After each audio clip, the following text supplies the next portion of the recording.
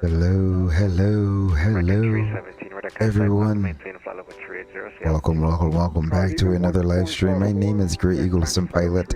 I'm a real world A320 captain, bringing my love for aviation and flight simulation. And to all your wonderful people out there, how's everyone doing this morning, this afternoon, this evening, wherever you are in the world?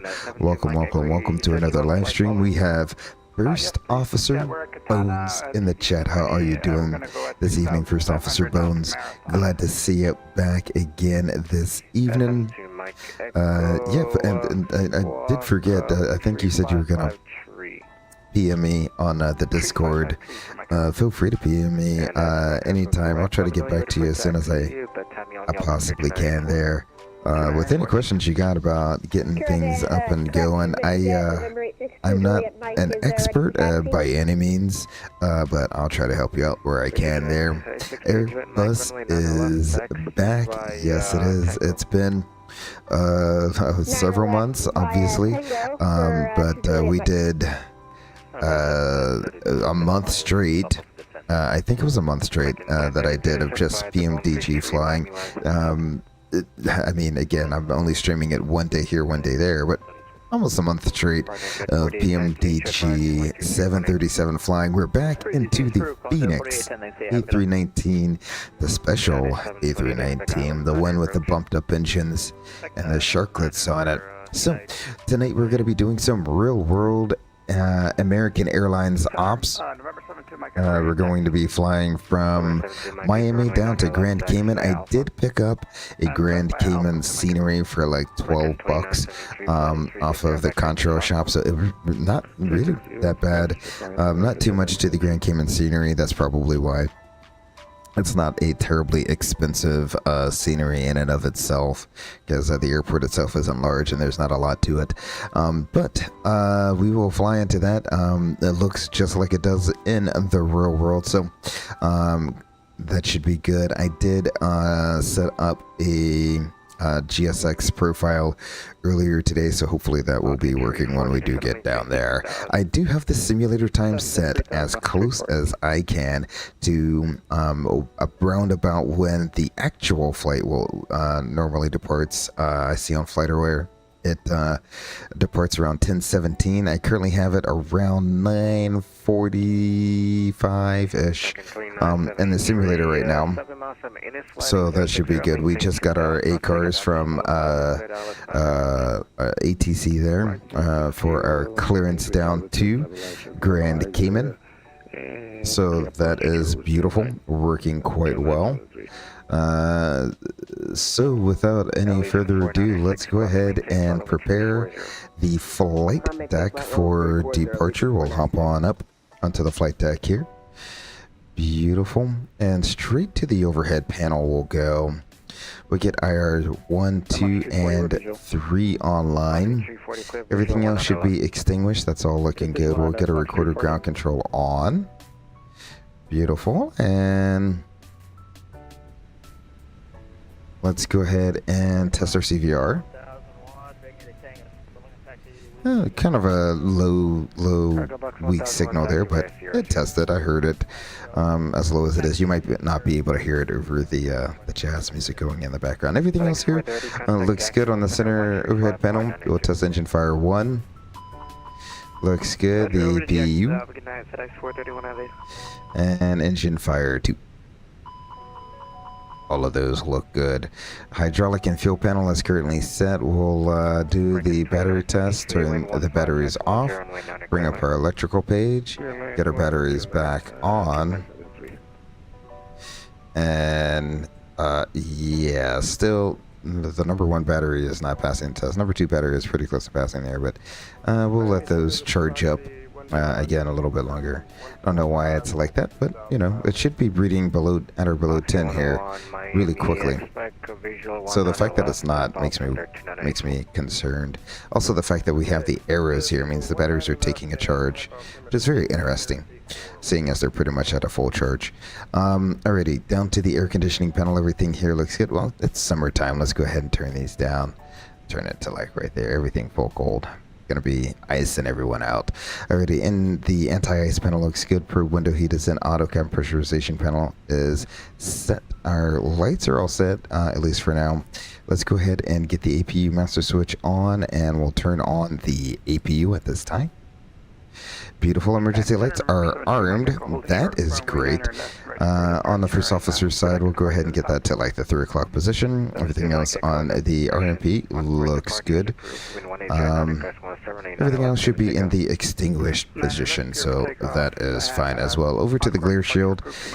Here from left to right, everything should be extinguished on the captain's EFIS. The current altimeter, let's see, the ATIS is 29er 85, so we have 29er 85. We'll set that once, twice, and thrice. There we go. 29er 85. That's set in there. We'll be on arc 10 nautical miles. Constraints are on. We don't need VOR or ADFs on either one. Do you use OBS or Streamlabs? I use OBS with the Streamlabs plugin, if that makes any sense. So OBS is the streaming software I use, and then I have an Streamlabs plugin, and I can see that's how I get my recent subs, and I can also throw up the stream chat. Even though I don't really need it, because I also have YouTube Studio split right beside that. So I have a split screen with OBS running on one side and YouTube Studio / YouTube, because that's where the jazz music is coming from, is YouTube. YouTube, and also, you know, that's where I have my SimBrief flight plan, VetSim radar, flight aware is up. So I have a lot of tabs open on my internet browser, so that that split screen kind of helps with that. So that's kind of how my setup is going right now. You're setting up your OBS right now. Good. It's been a while since I've set mines up. I have a lot of fluff that's in there that I could probably do away with, but I'm slowly starting to subcategorize or put things of one likeness into a folders in terms of sources, so I can on off it, and then you can program that to a Stream Deck button. So that's a lot of neither here nor there. Let's go ahead and get this off the electrical page. Beautiful. Coming over to the main FCU here, the windows are all displaying correctly. All the buttons are extinguished. We should be in heading vertical speed, so that is good there. On the first officer side, same thing, constraints, flight director's on. We don't need ADF or VORs. 10 nautical miles arc, and we got the altimeter set. All the push buttons are extinguished on his side. Coming on down to the main instrument panel, we'll go ahead and I'm gonna turn the display units all the way up on my side. So there we go. So left and right display units are in the correct orientation. The ISIS is aligned, so that's good. The upper and lower ECAM displays are in the correct orientation too. I always called it the engine warning display, which, I mean, technically it is the engine warning display, and then the lower one is called the system display. Either or. Alrighty. The brake fan is off, landing gear is indicating down and 3 green. Nozzle steering is on, so that's good. Our date and time, as you can see, I have it set. Yeah, sorry about that. We did a quick weather reset. I have it set a little bit in the future here, and that's just for the Fenix acting correctly. So you see we're very much into the future, but that's just for Fenix. I don't want to get the send a delay code message from them. On the first officer side, and we got 3 green. Well, no. That's kind of low, but I think when we start boarding and they start opening and closing the cargo doors, that's going to pump that back up, so I'm not too worried about that, at least for now. The first officer displays are correctly orientated. I am not going to turn the brightness up because I really don't need to. I'm not going to be using those displays, so not too worried about that there. Coming on down to the center pedestal. Correct database on both McDo's. The RMP on the left-hand side, the number one RMP. We have Atlanta Center, or not Atlanta. Oh my gosh. We have Miami Center set on the active. We have Unicom in the standby there. The ACP is set for me to transmit on the correct frequency there. Lighting looks good. The radar is off. The predictive wind shear, that is off. Coming up to the center pedestal here. Let's go ahead and press and hold this for a few seconds. We should get a normal. Clear it. Make sure the clear function works there. Status. Not too worried about the status. I don't know why it says there's a status message when there was nothing in there. That was weird. Trim is showing 0. That looks good. Thrust levers are on idle. Engine masters are off. Speed brakes or disarm flaps are up. We have digits displayed in the rudder trim window. Our parking brake. Let's go ahead and do the accumulator test now, or the alternate brake check now. So we'll go ahead and release this. That's right. I forget I have the hardware set up. So we'll go ahead and release the brake. And did they ever fix this? Let's see. No. I mean, it goes down a little bit. Like, it's so hard to see. I don't know if you can see. That's as close as I can zoom in there. So if I release the left pedal, it goes down just a little bit. It should go down to 0. I don't know why it's not. And then press it back up and then release it. It should go down to 0. Now, so it is acting correct in the sense that when you release a pedal and press it back, the needle is moving up and down versus it was only doing it if you moved one pedal up and down. Now it's doing it correct for each pedal, except that it should be going all the way down to 0, and it's not. So that's the only miss there. Phoenix is slowly getting to fixing it. I don't know what the issue is, why that's so hard to do, but I mean, it is what it is. We'll continue down on the first officer side of the pedestal. McDo looks good. We'll keep him on VHF1. Everything else on the ECP looks good. Lighting set. And let's go ahead and look what our squawk code is going down to. Grand Cayman. It's going to be 3633. So there we go. We got 36. No, I got to hit clear. 3633. And I need to turn that to on for mode C to be on. There we go.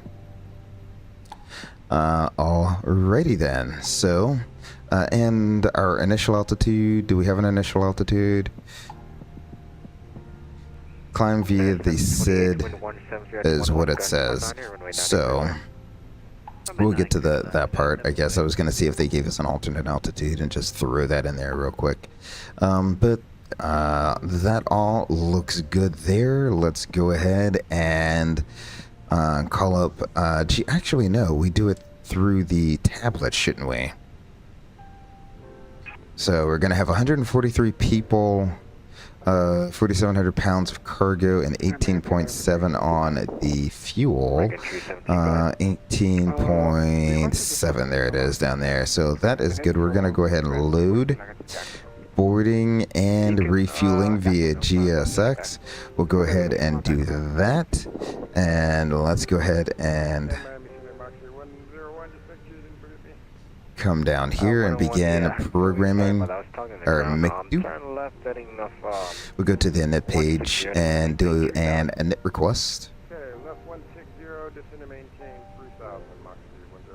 Suddenly there's an 11-knot crosswind. There must have been an update to the ATIS here. So everything is uplink. We're going to be AAL3318. We'll pop that on. And there a cost index of 12. A cruising altitude of 360. The current temperature outside. Weather ATIS. That's 27 degrees outside. My. Nice and warm. We have an alternative, I think that's Montego. Is that Montego Bay? I think KJS is Montego Bay. Don't quote me on that. wind 2407, we 32, clear for takeoff. 32, clear for takeoff, 4141. Sinks to Montego Bay. Yep. Okay, so Montego Bay is the alternate. Zero fuel weight and zero fuel weight CG.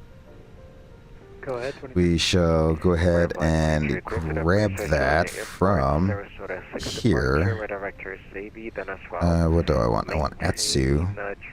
Wow, it's been such a long time. I'm like, where do I grab it from again? Okay, received messages, load sheet, accept, 122.3. Cleared to Juliana via the Sarasota 6 departure, radar vector Sabi, then file maintain 3000, expect 350. Zero fuel weight CG is going to be 30.2. Sector 2, call for taxi, Frontier 23. Our block fuel is going to be 18.7. And alternate fuel from our release here in Montego Bay is 3.4. American 2436, call for taxi. Yeah, we'll call for taxi, American 2436.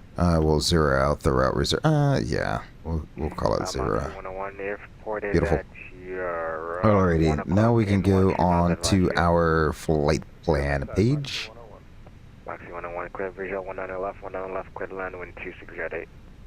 Ready to go Miami 8 right on the Myanmar 3. 1515 is now copied.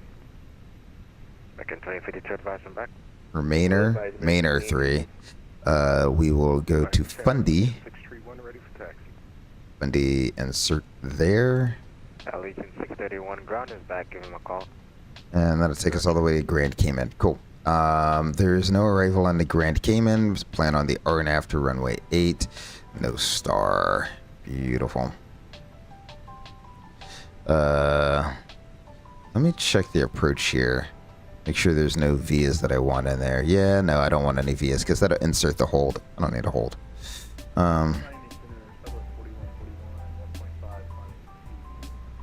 Yeah, that should be fine. So it's 4141, Because there are well, not really. No, yeah. It's been a while since I've been down to Grand Cayman, and I think they don't use the star. They just tell you direct to Mobix, cross Mobix at a certain altitude, and then I think it might be non-radar down there, so they might have you report inbound. I don't think they do. I think once you cross Mobix, they just clear you for the approach, and then once you cross Sasser, then you're cleared to land essentially. So that's what we'll do. No biggie there. We know how to factory ourselves. We're professionals over here. Let's go to a knit. Let's uplink those winds. Beautiful. And let's go over to the performance over here. Nope. I want performance. 8 right dry. We'll sink the prelim at 2,000 pounds or 142.6, 142.6. That's beautiful. Winds are looking terrible right now, but that's okay. We can go ahead and calculate packs on, anti-ice off, force token optimal config. Okay, there we go. So that's good. We'll go ahead and send that to the McDo. All looks good there. I love the Airbus. Everything in the Fenix is just so easy to calculate and send, calculate and send, calculate and send. So just like the real airplane, you go in, you find your runway. I don't want 260. I just see 260. I want 290. There we go for the descent. Beautiful. Beautiful. And because I can, we will go ahead and pull the weather real quick for Grand Cayman. Sea Intentions.ai has weather. Wow. I don't even have Sea Intentions, but it's just integrated here. That's so awesome. Wind 090 at 8. Otherwise 5 Lima, runway 19 right, clear for takeoff. The temperature is 28 degrees. So literally about the same temperature. And the altimeter is going to be 1011 with a transition level of flight level 190. Okay, so it's going to be 1011. Beautiful. And our minimums, I could just go ahead and throw that in.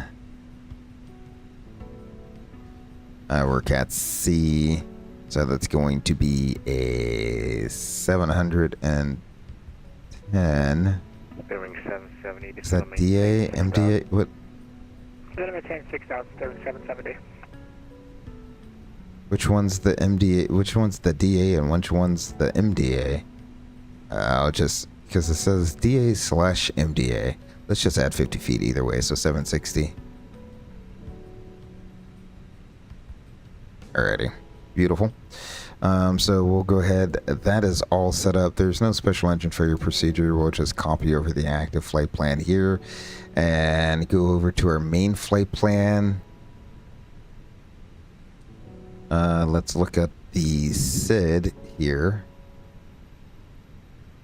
We'll go to plan, 10 nautical mile range. Beautiful. So looks like we're going to fly the runway heading intercept course to Baller. Okay, taxi by Charlie and cross runway 2. Then 100 minute Alpha squawk altitude. or minute, might something like that. And then mint rum, baller mint rum. Okay, like melon baller. Okay, now I'm starting to get it. Alsti is at or above 5,000. 728 taxi via uniform crossing 1J. The Mainer, then M-Claw, then Fundy. From there, we will pick up the upper mic 335 to Alvac. So upper mic 335, you can barely see it, it's so tiny right there, but the upper mic 335 will take that all the way to Alvac, and then from there we will pick up the upper mic 328 to UCL, and the upper Zulu 313 to Lacet, the Lacet, and then the upper Lima 465 to Grand Cayman. 2436. Where at the airport are you at? Beautiful. And then we have the RNF to runway 8 in there, and that should be no issues. So the route has been verified. The APU is on. We'll go ahead and get the external power off, air conditioning on. We'll go ahead and disconnect the external power and external air. Ground services. Are we pretty much done? Oh, they're done boarding. I think we're just waiting on bags. Are we waiting on bags? Yeah, we're waiting on bags. Beautiful. So, let's go ahead and ask Gustavo if he is ready. Okay, let's go ahead and close this. Because why are they open? Alright. If he's ready for a briefing. He says he's ready for a briefing. What threats do we have? Well, the biggest threat is going to be... I looked over at my tablet here. We can just bring the tablet up here. I'll bring up the taxi diagram. Miami has this weird, funky hotspot here. This is a hold short, this is a hold short, this is a hold short. And everyone just hold short of this whole area until you're clear for takeoff. And then we need to make sure we're turning to the correct runway. We're not going to runway 12, we're going to runway 8, alright? So that's the biggest threat. We'll taxi down via probably Mike or November down to 8 or 8. Plan on a flaps 1 flex when we do get down there. In the event of an engine failure, it'll be standard standard reject considerations in the event of an engine failure after V1. We'll just proceed straight ahead to about 1,000 feet, level off the aircraft, clean it up, and work the cam and plan a return. 8 right if we can. If not, 9 also has plenty of runway for us. Otherwise, we'll continue out on the SID to the top altitude of 5,000 feet, accelerate to 250 until leaving 10,000 feet. There we go.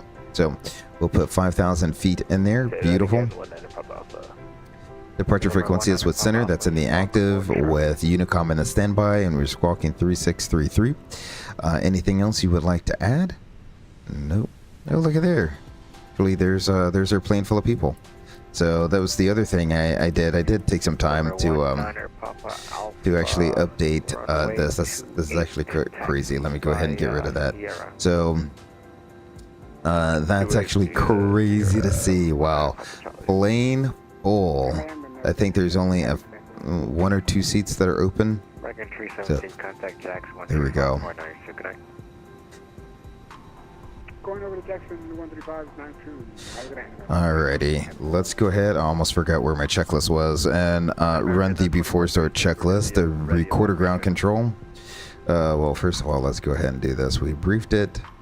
Let's pretend we made our welcome aboard PA. 100 left is the localizer, American 1032. Checking our fuel. It's on board, balanced. Pumps are on. That looks good. Hydraulic quantities all look good. That all went up when they opened the door, so that's really good there. Pressurization is an auto with the correct landing elevation. Engine oil looks good there. Let's go ahead and do a quick oxygen check. Beautiful. Alrighty, before we start checklist, recorder ground control, that is on. Flight forms and AML is on board. That's accepted. We're going to be in aircraft 004. Fuel quantity 17.8 required, or is it 17.8? 18. I already forgot what it was. 2,190, there we go. 18.7 required. We have 18.6 on board. Take off performance. We have 147, 147, 151 with a flex of 68. Oxygen checked. Seatbelt sign is on. ECAM is checked. Parking brake is on and checked. MCDU set. The altimeter is 2985. BDs are off, and the departure briefings review. The before start checklist is complete. There we go. Beautiful. We're all set and ready to go. They are almost done loading up everything. Once they're all done, we will be able to request a pushback clearance. Go ahead and get terrain on ND going. Clear to land at runway 12, American 1032. November 862 Juliet Mike. There's like a... Still at 8,000, QS altimeter 2985. I can't tell. Yeah, there's an artifact with Still at 8,000, altimeter 2985. my Fly Live overlay. That's very interesting. Why is there an artifact there? Correction, Vision Jet to Juliet Mike. It's a Gusel Golf Uniform Charlie Echo Lima. Brakes bearing 773 miles from Lorry. And I don't know what that says. Maintain 2,000 on flight established. Very interesting. What's going on here? Maintain 2,000 to lower cleared ILS 10 right. It's right there where my heading is. I don't know what's going on. American 2436, you're at contact club and maintain flight level 360, sail to up to flight level 360, passing 3,800, 2436. Alex 1289 heavy, runway 10 left, clear for takeoff. That's very interesting. Takeoff, FedEx 1289. Very interesting. I have no clue why the Fly Live overlay is acting like that.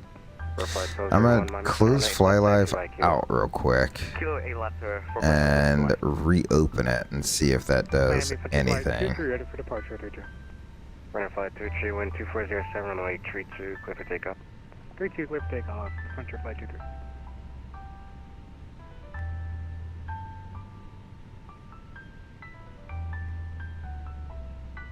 Miami Center, 19er Papa Alpha, holding short, 2-way, ready for takeoff. 19er Papa Alpha, fly runway heading, runway 2-way, clear for takeoff. Alrighty. Runway heading, 2-way, clear for takeoff. Did that solve it? I think that solved it. Okay. That was 1211, this Cool. one maintain 4,000. Nope. Oh, it's something with, okay. I'll take the sub counter down then. Because it's something with the sub counter. When I hide it, you can see it goes away. Okay. So it's definitely something with the sub counter. That's okay. That is quite alright. Nothing to worry about then. Right there. Beautiful. I think we're all done. Hold on one second.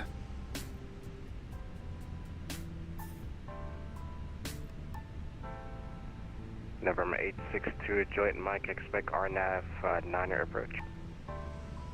Roger, expecting the RNAV 9er to Juliet Mike.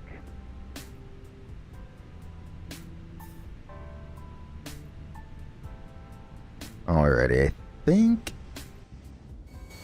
we are all done, ready to go. Let's go ahead and get this bad boy set for pushback here. Let me go ahead and say prepare for pushback and departure. We'll go ahead and doors are all closed, so let's get those armed as well.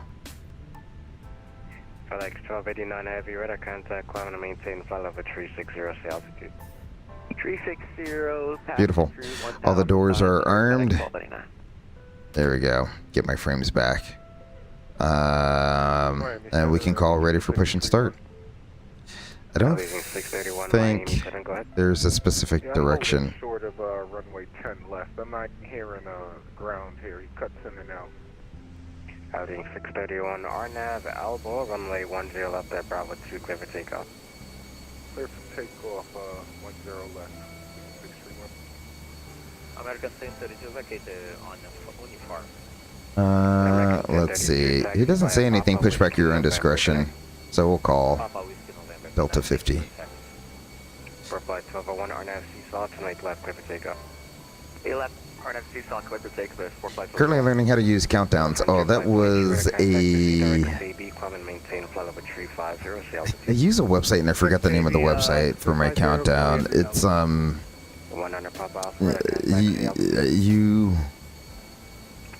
at least that's what I use. I don't know if other people do something different. I use a website, and that's why there's always a slight delay with the countdown timer when I go live, because it's refreshing in the background before it displays, and so because it's got to ping the website before it starts. Hold on, let me call Lou Center or approach American 3318 on the ground, Miami, Delta 50, ready for push and start. American 3318 Miami Center, push at your discretion, call for taxi with the weather. Already, pushes at discretion for 08 right for American 3318. And we will get the latest weather, departure weather. 180 at 11, gusting 19. Okay, let's go ahead and get out of here. This is ridiculous. 2985, that is still the meter 2985. Alrighty, so let's go ahead. It's going to be nose to the right. Continue pushback. Nose right. 800 feet, climb and maintain 360. Because I don't know any other way. Brakes are released. We're clear to push. Let's go ahead. Received messages. Load sheet. Except we're gonna be at 122.3. That looks good with a 0 fuel weight CG of 30.2. That all looks good. Everything is correct. Beautiful. Miami Center, global Gemini 200 at Miami. Request taxi runway 12. Am I missing something here? Gemini 200 Miami Center, runway 8 right, taxi. You know what? I think it's got to lift the nose wheel. Is that what it's doing? Or do I have to remove the cones? Oh, I got to remove the cones? Or the chocks and cones. Okay. Let's go ahead and do that. I thought I had it set up to automatically remove them on pushback, but I guess I do not. Chocks and cones gone. Beautiful. Here we go. Vision Jet 862 and Mike, verify you're gonna cross the Gusel at 8,000. Oh, GSX, don't do anything crazy. Alright. It tried to do something crazy, but it decided it wanted to sort itself out. Vision Jet 86 to Juliet Mike, go ahead. 862 Juliet Mike, verify you're gonna cross Gusel at 8,000. You're coming in quite high. Yeah, we have Gusel at 8,000 to Juliet Mike. Beautiful. Let's go ahead and I'm gonna turn off the our little music there. Turn up the simulator volume. Beautiful. Let's go ahead and start those engines, shall we? Need to do all of that because I have a thing. Right. So start engine 1 and then 2. Here we go. Southwest 1211, flighting 240, descend and maintain 3000, vectors to final. Heading 240 down 3000, vectors to final for Southwest 1211.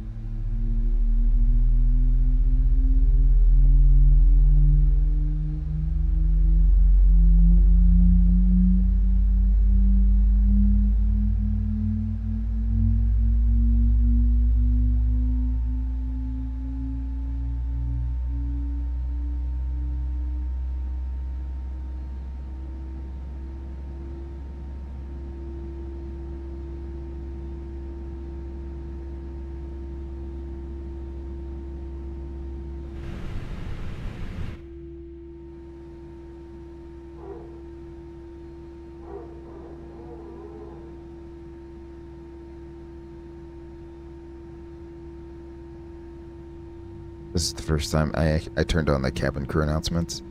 So I'm actually sitting here listening to the cabin crew. This is the first time I've ever heard it. Squawk mode Charlie, sorry about that. Should be on now.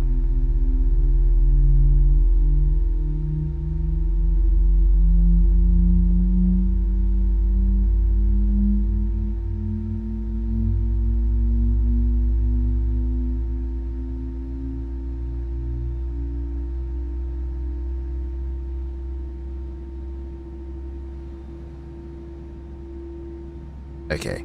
No people when I, so clearly when the cabin doors close, they won't simulate the people. Cool. That's fine with me. Beautiful. We have to get start the timer there, make sure we get our 5 minutes warm up. And I have a salute, left is clear, right is clear, flaps 1.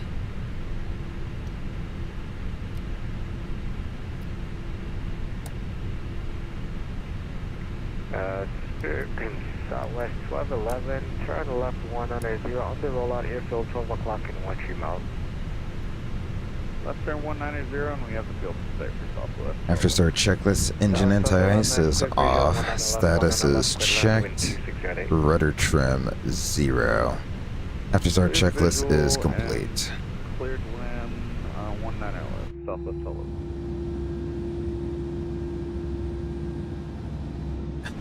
That's kind of cool. Alrighty. And go. Hello, Center. American 3318 on the ground in Miami. Information Tango, ready to taxi. American 3318, 185, taxi via Mike. You're right via Mike. American 3318. Alrighty, so 8 right via Mike. Go ahead and hike you. Blow you up. We'll just go out at November 6th and then turn left on Mike, and we will be there. Alrighty.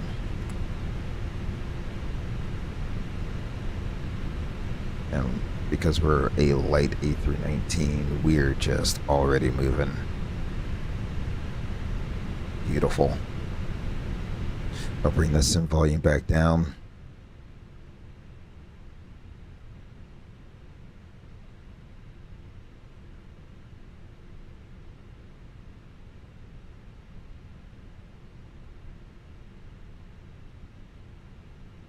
So if this first taxiway is November, we need to go to the second taxiway here.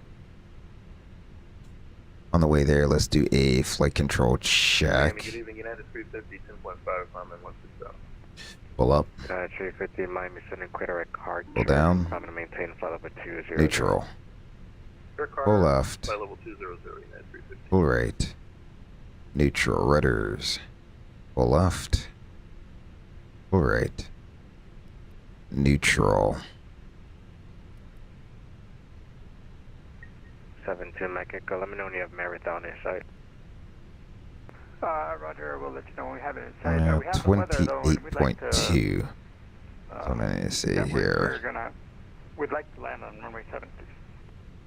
It's a non-towered airport, so I'm assuming you're flying visual into Marathon. Oh yeah, visual into Marathon, you got it. Yeah, so Oh, that's cool. It, We'll to Mexico. oh, no way. That's cool. That is cool. Okay, I do like the... Okay, now I have to say I like the cabin announcements now. How they call you. I didn't hear the call button, but it is what it is. We'll go ahead and do that. Usually you would have to reset that call button. No biggie there. Where was I in my flow? I set the trim. I need predictive wind shear and auto. Takeoff config. Beautiful. Before takeoff checklist. Flaps. We have one planned, one indicated. Takeoff data and speeds. Those are checked. Thrust bump we do not have. I'm axing off the runway here. Thrust bump was off. Weight Miami Center. 140.8. We were looking for 140.6 to have trim. Gemini 200 are now baller runway. 28.3%. We were looking at 28.2%. Flight controls checked. ECAM memos takeoff. No blue. Let's see. I want to get rid of you. Oh, don't need you. Our minimum takeoff fuel. That's what I'm looking for. 18.2 is what we're looking for. Alrighty, let's go. Cabin is secure, but let's go ahead and do it anyway. Flight attendants, prepare for takeoff. American 2436, contact Jackson. Alrighty, below the line, runway and FMS. We have our time. Runway 08 on the screen. We're in the box. Here we go. How about this? Flight plan. In the box on the screen, out the window, that is checked. Minimum takeoff fuel 82 is required. 84 is on board. Flight attendants notified. APU bleed is off. Engine mode is norm. And the TCAS is on TARA before takeoff checklist is complete. We'll let this. I think that's a global Airbus. I'm pretty sure I think Global or Global X, whatever they're called. I think they're just a charter company. Miami Center, November 7-2. Pretty sure they're just a charter company. 7-2, Mike Echo, observe between you and the field squawk and maintain VFRSU. Squawk and maintain VFRs, yes. Thanks for the ATC. See you.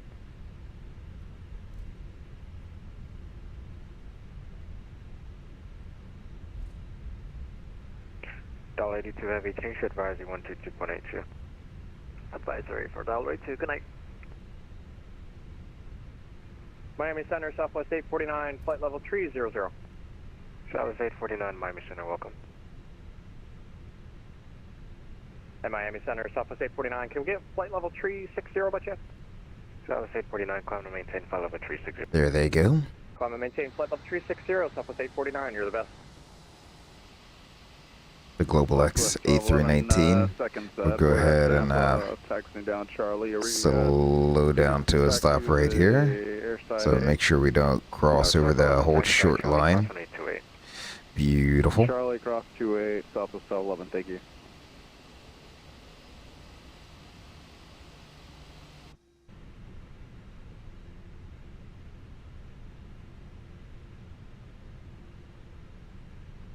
I don't know why. I think it's a force of habit from the PMDG 737. I don't need to look down a second the parking brake because I actually have the throttle quadrant to do it. Alrighty.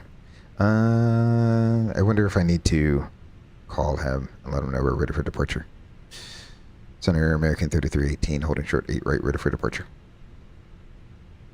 Roger. Okay. Cool. I guess I don't need to call him. He will call me. Beautiful. Airborne passing 1,100.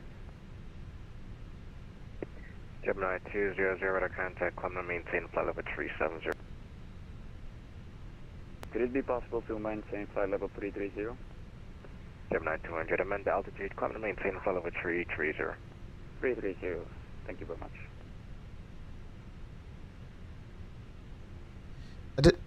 There's an envoy somewhere? Oh, there he is, right there. Wow. Okay. Miami Santa, good evening. This is Southwest. How I missed that, I have one no out of clue. Syracuse, because temporary clearance to Orlando Airport. I thought I saw an envoy when we were taxiing out on one of the northbound taxiways.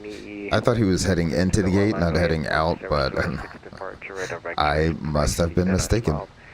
Maintain 3,000, expect 900,000, 1 Gemini after, squawk 1452. Departing via Syracuse 6, departure vectors for Price C. And climbing 3,000, 10 minutes departure, flight level 9,000, and was squawking 1452. So it's 451, it's Sarasota 6, rest of your deck is correct, and call for taxi, expect runway 32, altimeter 2985. Respect 1060 for departure, Southwest 451.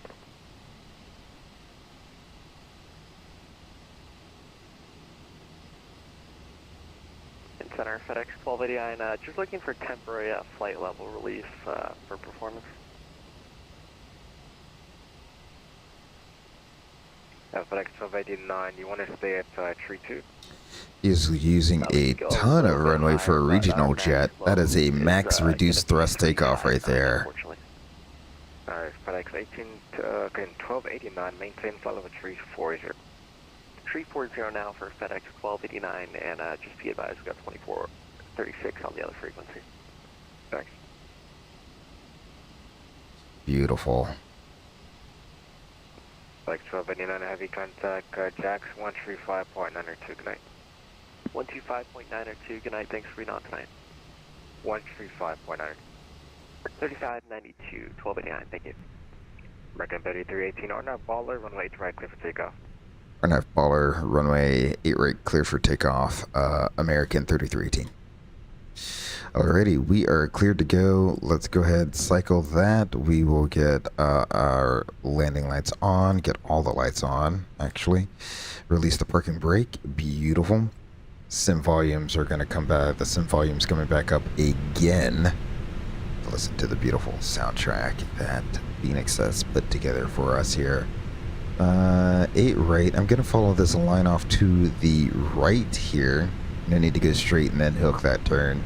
I guess if you're a wide body, you would need to do that, but no need to do that. Yeah, if you're a wide body, I would definitely take the line off to the left, as this would be a very, very, very hard turn for you to make in like a 747 or something like that.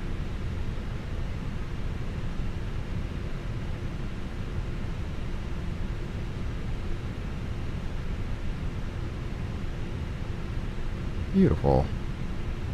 Just let the airplane accelerate naturally. One thing I do like about the Fenix is maybe it's because I've flown the Fenix so much and I'm always tweaking things. Everything feels so right on the Fenix. The PMDG, when it taxis around, it feels too twitchy, too grabby. The Fenix, it just feels like the aircraft is moving. Miami's down Doesn't feel snappy, sharp, and crisp. Feels like the aircraft has momentum. Good day,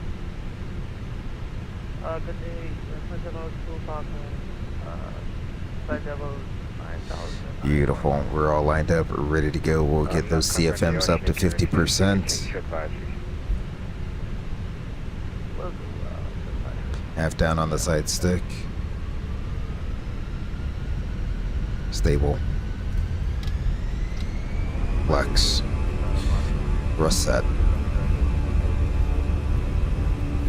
Foxy 100, Miami Center, 100 left, taxi via Bravo 1 Alpha, Charlie.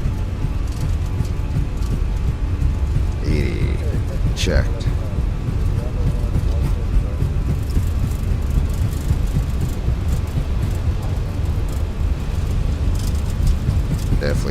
crosswind from the right. V1, rotate. Good lord. That is a right crosswind if I've ever felt one. Positive rate, gear up.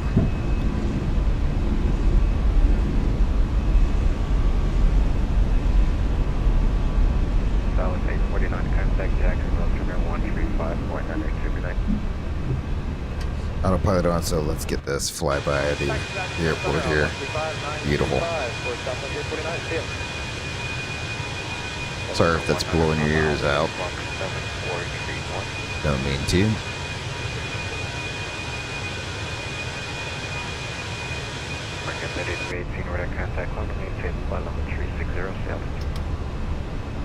Already, American 3318.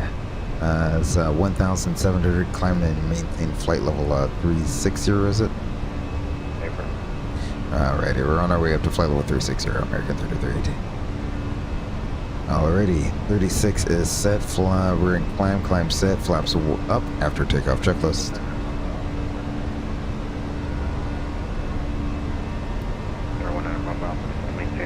After takeoff checklist, the landing gear is up, flaps are up, pressurization, we have diff P, so that is set. After takeoff checklist is complete, absolutely beautiful.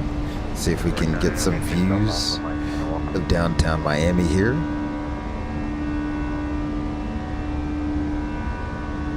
Fantastic, oh my gosh. Look at that. Is that the where the heat play? It has a little airplane on top of the roof. That's hilarious.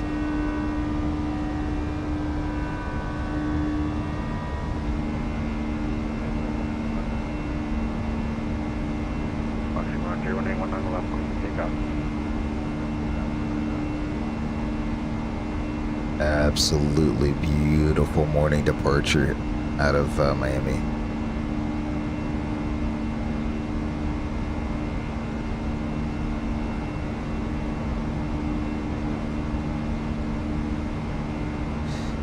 Man, I wonder, I don't know if they do, but I'm gonna bring the sim volume back down. I wonder if they have customized sets based on your airline, right? So like we were on American, I wonder if like they have an American sound set that they can play. If you're on Spirit, they have a Spirit sound set. If you're on Frontier, they have a Frontier sound set. If you're on Delta, you have a Delta sound set. EasyJet has their own sound set, right? So like, I wonder if they have like customized sound sets that you could download somewhere. That would be just absolutely next level immersion right there. I'm happy with what this is. It adds a little something, especially when you're on the ground and they have the safety demo playing.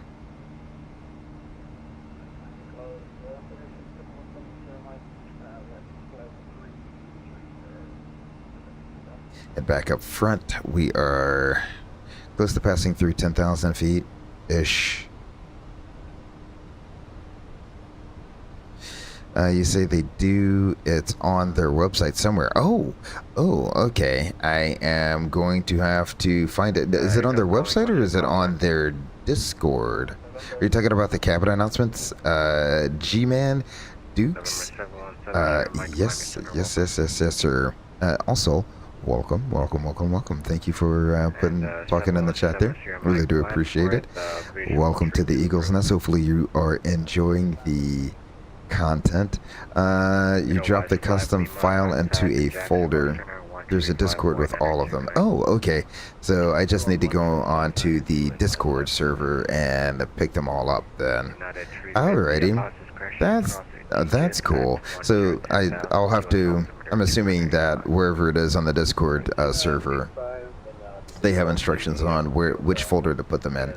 But that's cool. I'm gonna have to pick them up and start dropping them in all that. I mean, how many liveries do I have? I guess what I'll do is whatever. Go back to the wing view there. I guess what I'll do is whatever I did not mean to hit that twice. Whatever, whatever flight I'm doing that day, I'll just try to download it and install the custom announcement. That would that would make the most sense, because I think I have like, I don't know, 100 or something so liveries. So I'm not going to go through and install 100 something sound sets. I mean, I could really take a day and just go through, download the sound sets for the various airlines and install them, because a lot of them are going to be like duplicates, right? So like have like 50 JetBlue liveries, right? So I could just go in and just start dropping the audio file for JetBlue announcements and all the JetBlue liveries there. Yes, you make your own folder, and it plays based on airline. If you look up Fenix cabin announcement Discord, you'll find it. Okay, cool. G-Man, thank you so very much. Really do appreciate it. Welcome again to the Eagles Nest. Glad you're here. Hopefully you are enjoying the content. Whether it's morning where you're at, evening where you're at, or lunchtime, hopefully you're having a fantastic day. It does it based on airline, not specific airline. Okay, so it does it by airline, not specific livery. Okay. So you just got to download it and put it into a folder, and it will do it by based on the airline. Okay, that's cool. Well, I have to now up my cabin announcement game for sure. Now that I know that, that's going to be absolutely amazing.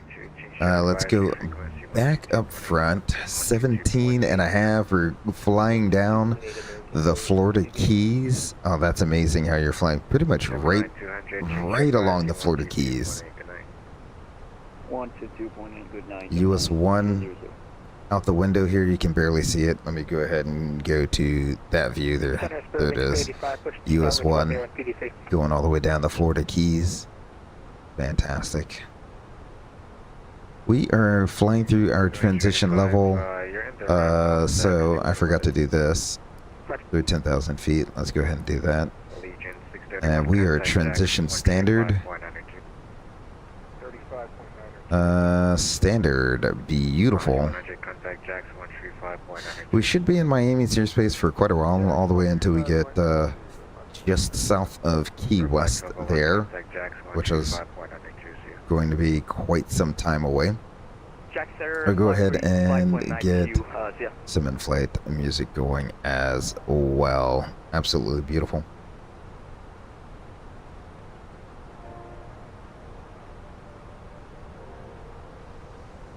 I want to do this view. This is the view right here. So should I? Beautiful. You say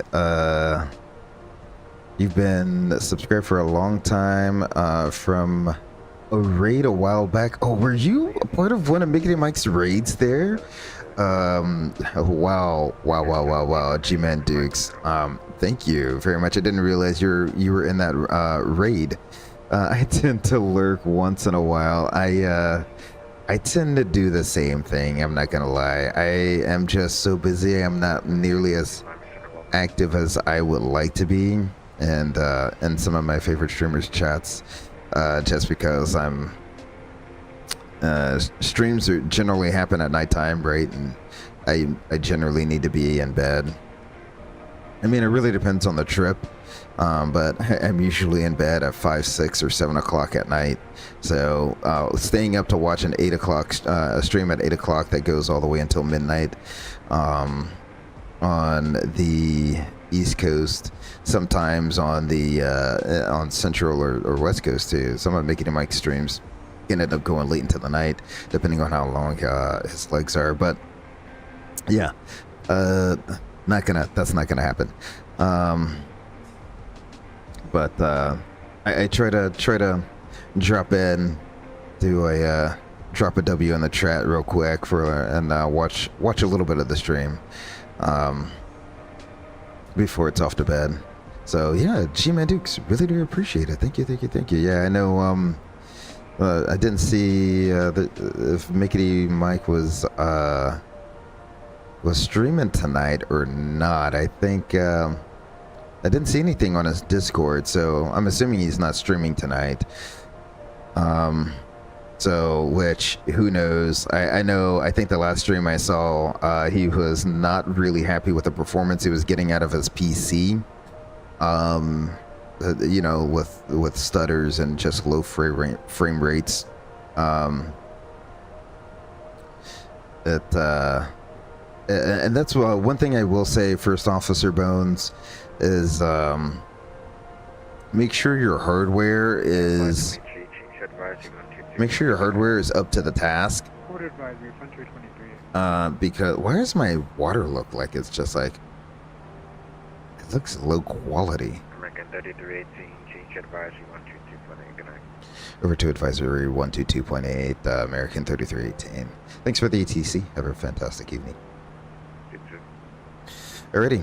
American 7796. We're leaving their airspace. We'll go ahead and switch on over to advisory. I guess he doesn't do anything down here. Is it me, or does it look like the water looks very staticky? Like from up here, it just looks like a blah tile. But if you look out here, it kind of looks like it is a water tile out here. I don't know. I didn't change anything with my settings, so I don't know why the water is looking like that. It doesn't look bad. I mean, from a distance, it's okay, but I would expect my water to look way better than that. You know what I'm saying?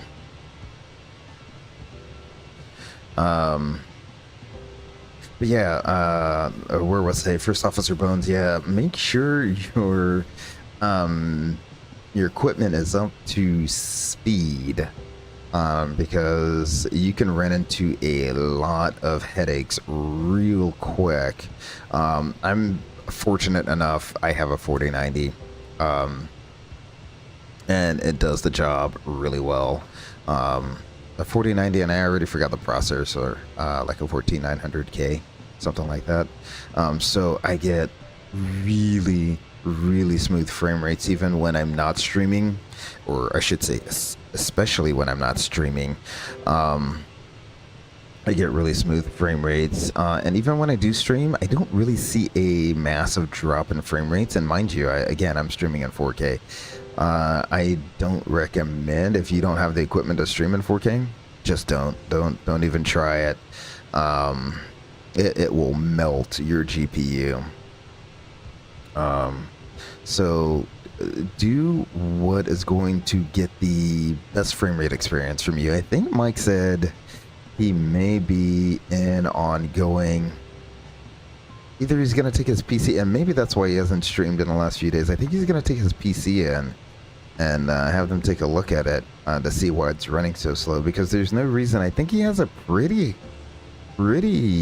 hefty PC that he's dropped some dough on, and I don't know if he put it on a payment plan or not, but I think his PC is actually not a bad PC. So the fact that it's not running, the simulator isn't running smooth, I have no clue, man.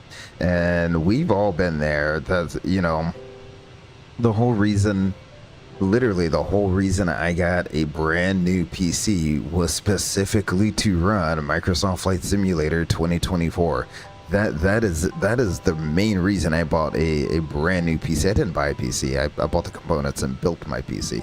But that is the whole reason for me to do all of that. I wanted a smooth flight simulator experience, and wasn't gonna get that with the PC I had. My old PC was an Intel i8700K with a GTX 1070 Ti. Had a 1070 Ti, and that was perfectly fine when I got it. It ran X-Plane 10 really darn good.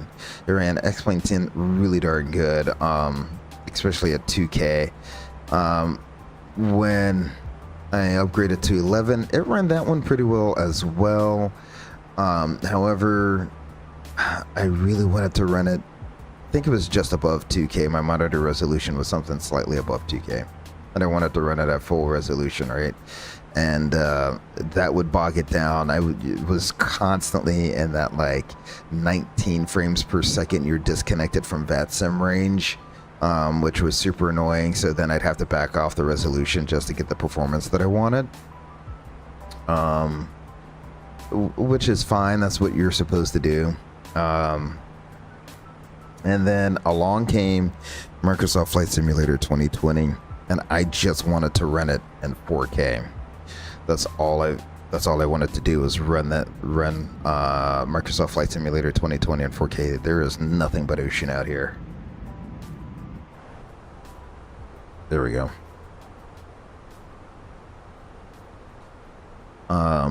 And I couldn't. I had to, what I would do is set the resolution of 4K and then scale everything down to 2K or somewhere in between. I would scale it down to the point where I could get like 30 frames a second. And it just crushed my soul because Microsoft Flight Simulator 2020 just looked so darn realistic, especially coming from the X-Plane world, and anyone from the X-Plane world will tell you the simulator, the X-Plane simulator flies phenomenally, beautifully, better than Microsoft could ever hope to. I actually prefer, I don't have X-Plane anymore, but I actually do prefer doing my engine failure procedures in X-Plane because the physics is a lot more realistic. But it is not a good looking simulator. Now, X-Plane 12 has come a long way with a lighting engine. And X-Plane believes in 4K default objects. And not recreating the whole Earth as a 1-to-1 scale. They like to recreate what they call a believable city. So it's not going to look exactly like your city. It's going to look like a city, and you could believe, like, it's realistic enough that you believe that, oh, if I was there, you know, I'm in a city, this looks like a city, this looks like it's how it will look like. The downtown is in the appropriate spot, right? So it's a believable city, not a 1-to-1 recreation of a city. And that's where, honestly, X-Plane kind of like falls behind, is they choose to go down that route. Now, their physics is so far ahead that I think, and this is what they did with X-Plane 12, they devoted a lot more time to making the simulator look better. And I think, again, with each update, they're devoting more time to making the simulator look better. I think X-Plane 13, they may not have a choice, but to make a 1-to-1 recreation of Earth at a 4K resolution, or whatever the resolution. I don't even know if Flight Simulators in 4K resolution, whatever the resolution is that they choose.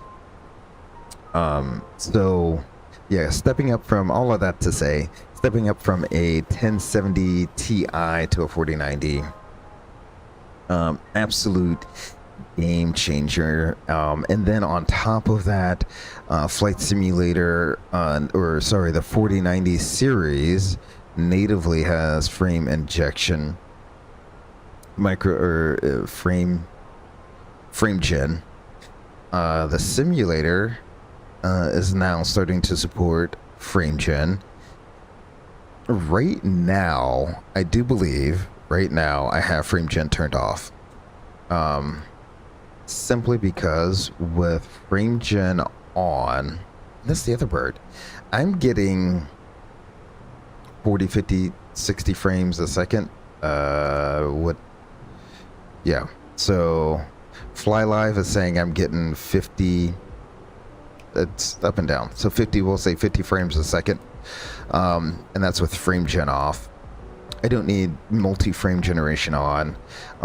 Literally 3 times the frames do I need 150 frames? No, I don't. It would be nice, but the one thing I did is, so a few reasons why I don't turn frame generation on. Reason 1 is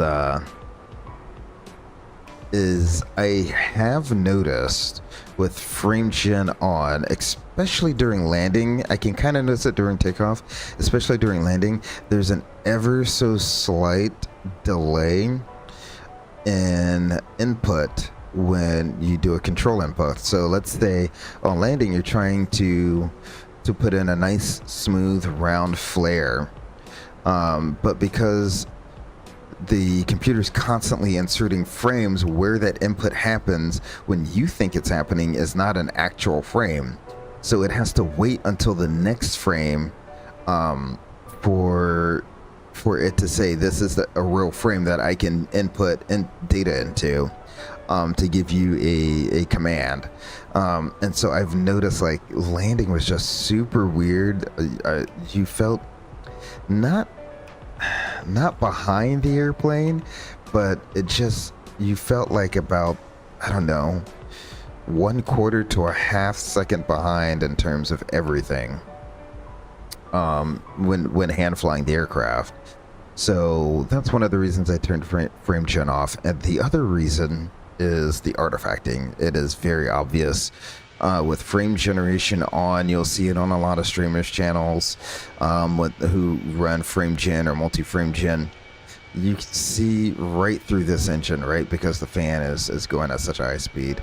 I don't know if this is how it will look like head-on in flight. I've never seen a jet engine this close in flight, so who knows if it looks like this.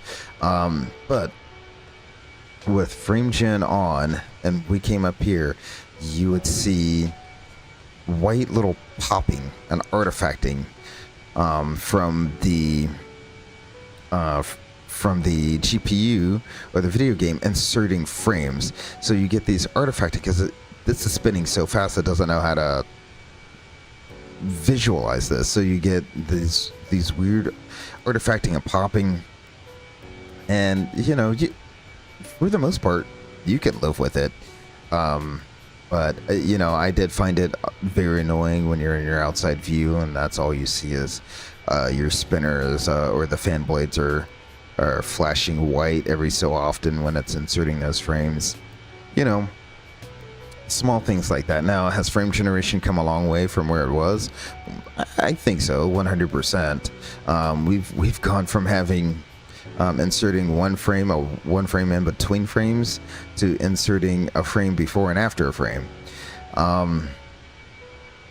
and literally getting 3 times the performance for literally 0 cost. So, and that, in terms of that, I think we've come a long way in the frame gen world. But again, if you don't have to turn it on, no need to turn it on. We're approaching the northern shore of Cuba here. Let's go ahead and let's get, I don't want that. I want to get rid of you and then hide you. Yep. So the north coast of Cuba, we will exit Cuba just south of UCL there, and then we'll be over water all the way until we get the Grand Cayman. So the last little bit of water, or last little bit of land, we will see for a while. I think we're at cruising altitude. I should have, yeah, let's go ahead and turn our fasten seatbelt sign off, shall we? Beautiful. Is there a little announcement that the lady will make? Nope. Nope. No cabin announcement for the seatbelt sign off. That's okay.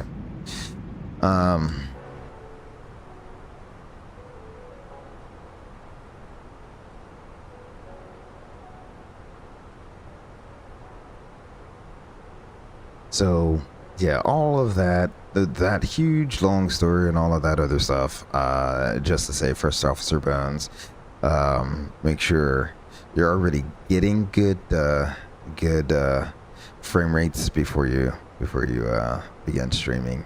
That way, not only will you, but also your audience will have a very enjoyable viewing experience. Hey man, we have what is that, Zane Roush 7273, Zane Roush, I think that's how you say your name there. You say, hey man, I have a neighbor who flies the 320 for American. No way, bud. That's fantastic, Zane. Where is he at? Where are you at? I guess I should say. And I'm sure you've just seen him coming and going at all weird times of day and night, to and from work.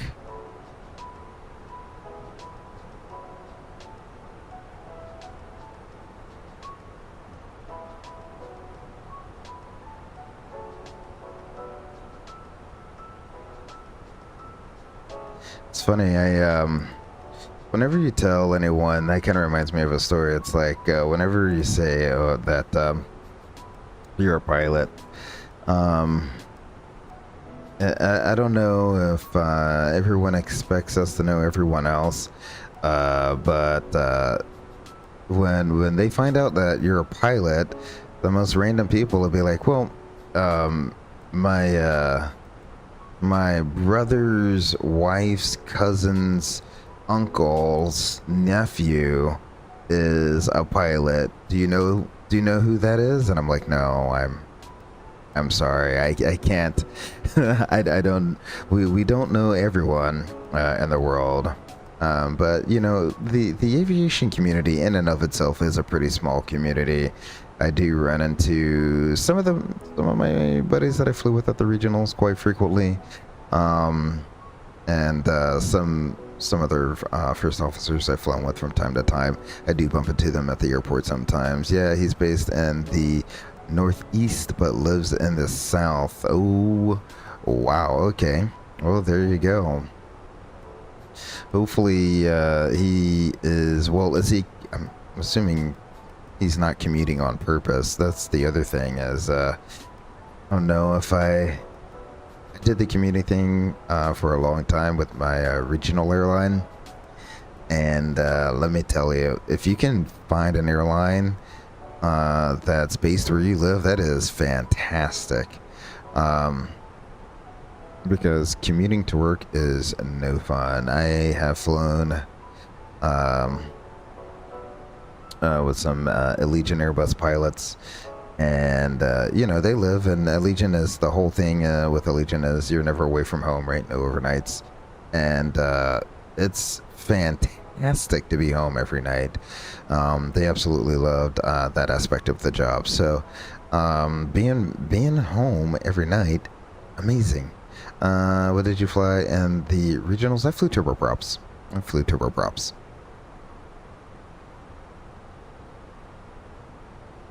I was not a jet guy. But yeah, commuting, he's doing the north-south commute as well. The East Coast is definitely a busy corridor.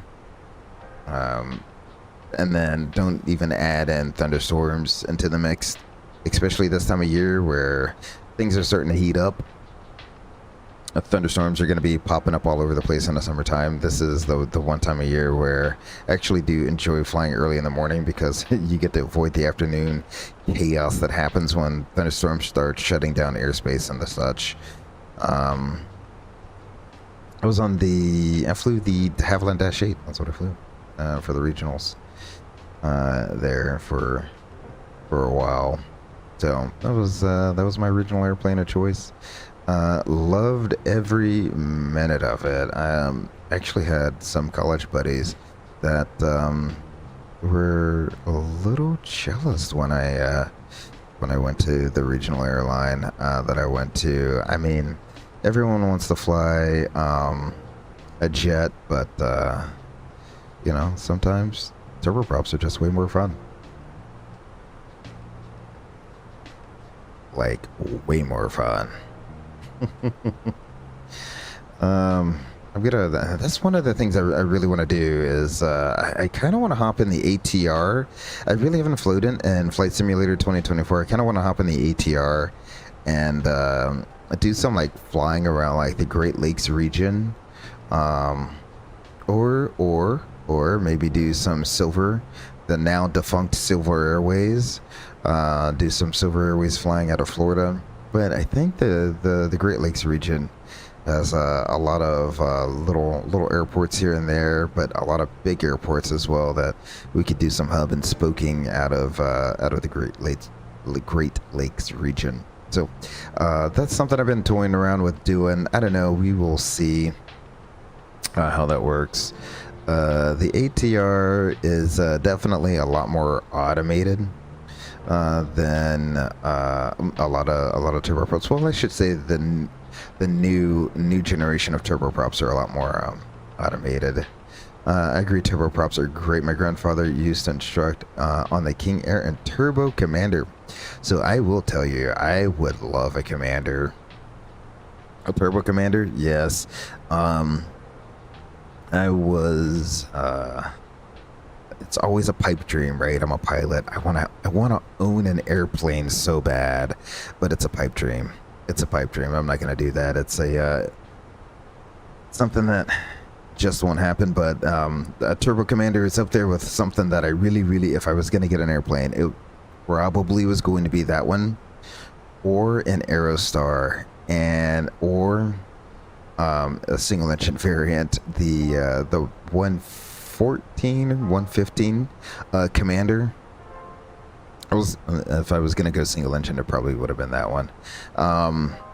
But yeah, I don't know. Something about the Commander's unique look, very unique, high wing, twin turboprop, can haul the family, everyone in the family, including the family pet, to wherever you want to go. I mean, there's just something about that airplane that I really liked. So if a third-party company actually comes out and never makes a Turbo Commander, I will probably end up getting it. I did see a third-party company that's going to be making the Commander, the 114 Commander. I may get that. Just because that is one of the airplanes I actually was kind of eyeing. There's not a lot of them out there. There's not a lot of those around. So very rare airplane. The single engine Commanders, very rare airplane to find. You said he loved the Aero Commander or the Turbo Commander. Yeah. Yep, I believe it. Yeah, it looks like it's a phenomenal, solidly built airplane.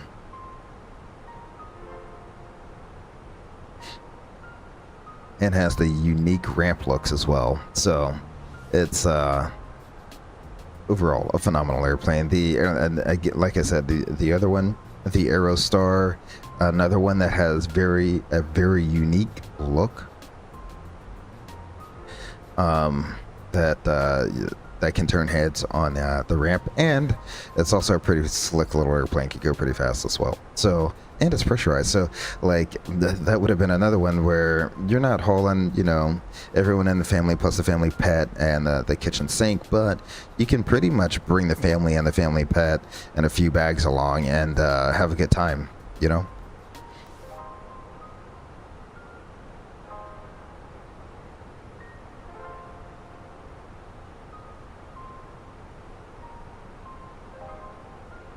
Alrighty, we're about to leave the southern coast of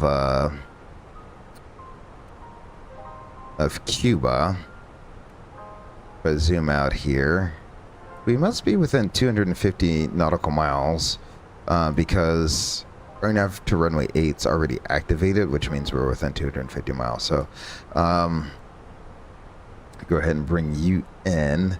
We've already reviewed there's no arrival, so really not much to review there. Let's go ahead and bring up our tablet. Let's just review the approach real quick. So what we'll do is we'll go to airport to get a plan. Bring you all the way down to 10. Beautiful. We're on airport. Let's bring up the GPS approach here. We have Mobix. Mobix is going to be at or above 1500. Then we have Sasser. That's at or above 1500. And then the Sasser is on a 082 and a 3-degree glide slope 4 miles from the runway. 4 miles, 3-degree glide slope on a 082 course. 079. Ooh, that's not correct, but it'd be close enough. Touchdown zone is 8 feet, so that looks good there. The miss approach 1500 back to Mobix there and hold. So that all looks good. In terms of that, we'll go back to flight plan there. Put you back in arc, bring you back out to like 160 miles. Beautiful. That top of descent, it looks like it's coming in, but you know, I'm gonna hold off on it for just a little bit, simply because I think once we get closer to Lacet. Oh well, how far is Lacet from Grand Cayman?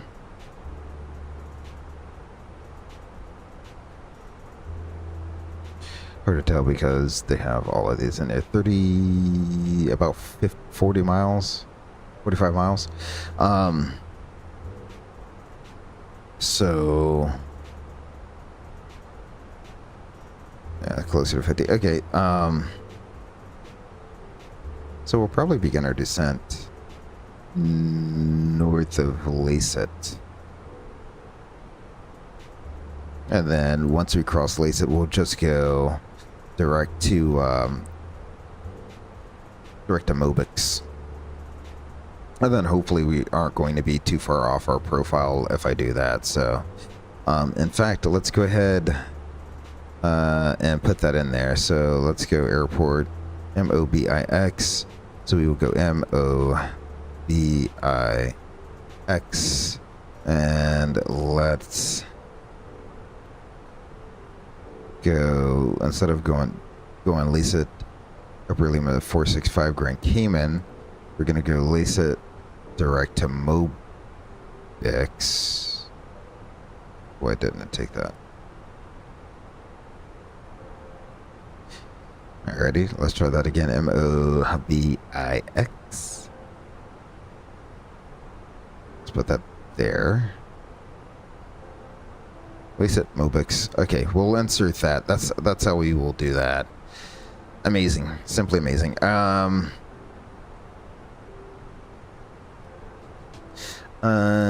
They need to add a Turbo Commander to Microsoft. They really do need to add the Turbo Commander to Microsoft Flight Simulator.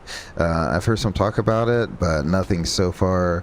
I think it's one of the like local legends. It was the Mitsubishi. That's what it was. That's another one that I've flown with some people who've flown the Mitsubishi. That one will get you in trouble if you don't know what you're doing on your base to final turn and you get too slow, because it doesn't have ailerons, it just has roll spoilers. And so with that it comes some trade-offs there. So that is the most similar to the Turbo Commander, but it's not a Turbo Commander. You know, there's a decent amount of King Airs. Yeah, Black Square has one for sure. They definitely have a King Air that they have. A C90 King Air update. Okay, First Officer Bones says, okay, I've made a couple scenes in OBS. I even learned how to do the music right on. Well, my music isn't running through. I mean, it is running through OBS, but it's YouTube. I'm literally, what you hear right now is YouTube. Copyright free music. I mean, that's what it is. I just have the browser set up to play the audio from I'm using Firefox, so it's playing audio from Firefox.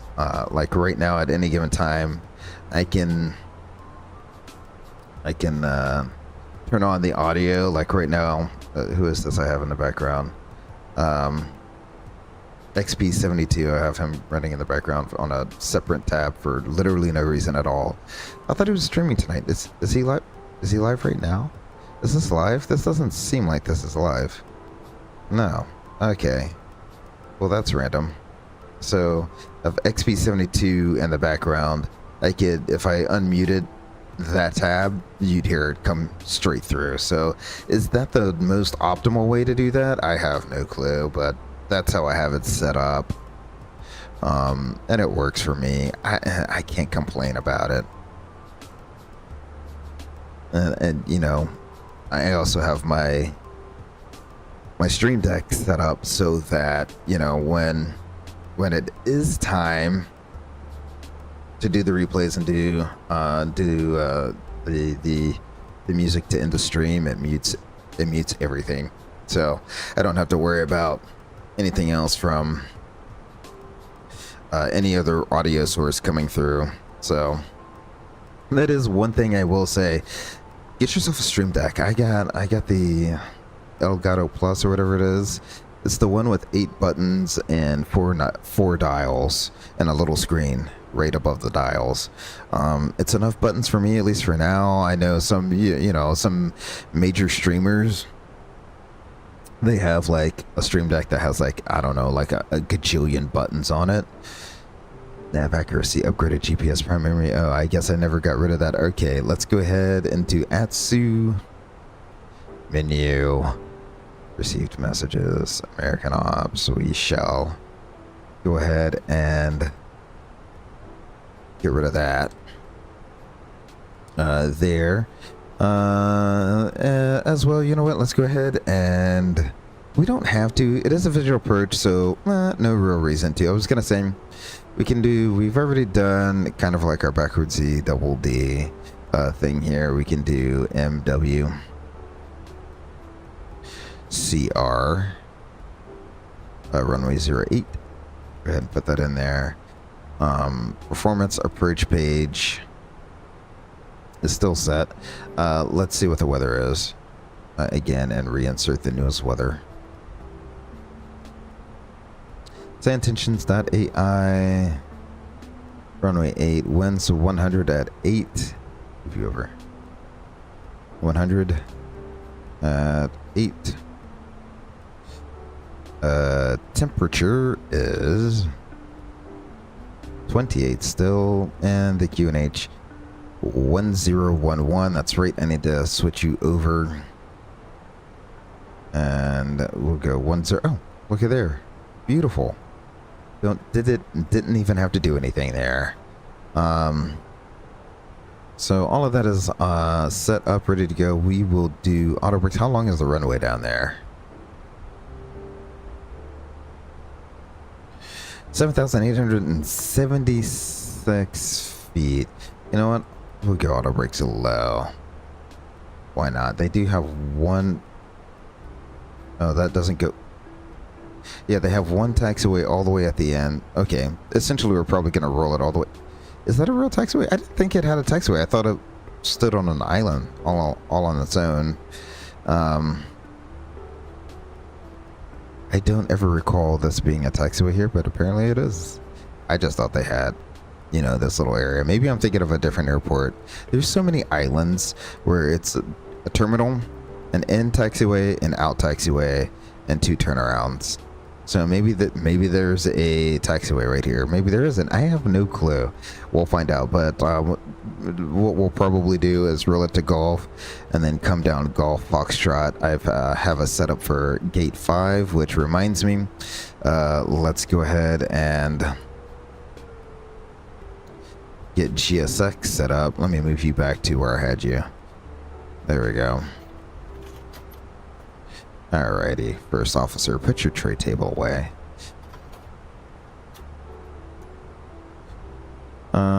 Yeah, let's go ahead and do select from map. Oh my balls. Okay, so gate 5 is what we're gonna do. I will select that. Beautiful. And let's go ahead and go down to 3,000, shall we? Let's go 10,000 first.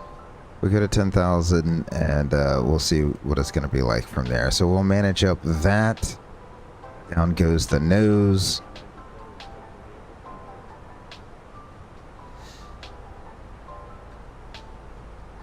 Zane Roush says, I'm gonna go. Enjoy the rest of your night. Thank you, Zane, for tuning in, spending just a little bit of your evening with me. Really do appreciate it. Have a fantastic night. I'll see you again very next live stream. Thank you very much for tuning in.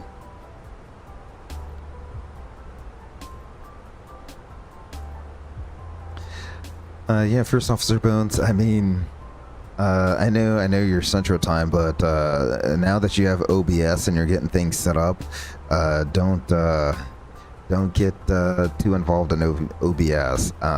You can easily be here for hours and hours and hours trying to set things up in OBS. That's just how it goes sometimes. So don't get too caught up in OBS. Sometimes I get like that in GIMP when I'm creating things. I get carried away and I'll just be there all day or all night. And you know, same thing with OBS. When I start getting on a track of, okay, I think I need this and I think I need this and this, I want this set up, and oh no, let me move this over here. You kind of just get lost in it, and before you know it, it's been a few hours that's passed, and you're like, where has my day gone? And you don't want to spend the whole night doing it. Just some of the night.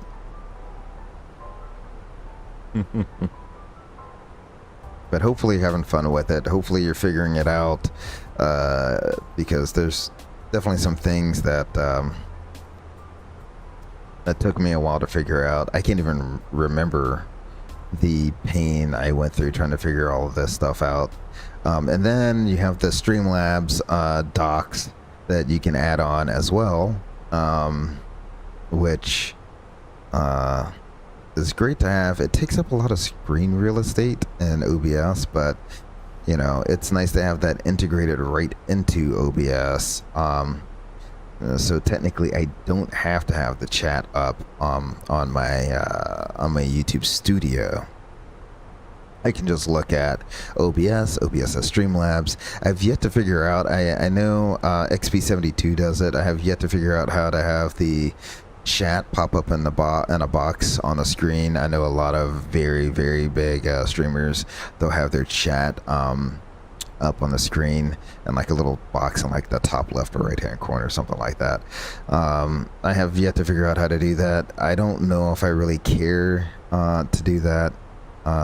It's cool, I guess, if you're a huge streamer and you have like, you know, 1,000 messages coming in a second, and that chat window is always scrolling by.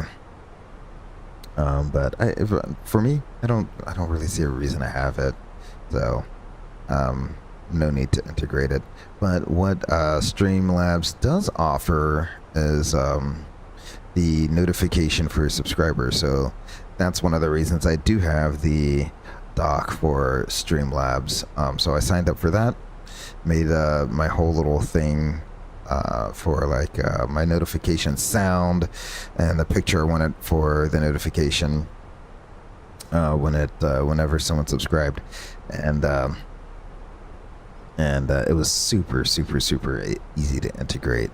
The hardest part was I think getting the location and size correct, because I have the Fly Live overlay, and so it just can't be anywhere on a screen. So that's why you see it pop up right about here, is because, I mean, it won't interfere with my Fly Live overlay, and it's just close enough where it looks like it was done by Fly Live, but it's not done by Fly Live. It's a separate app altogether.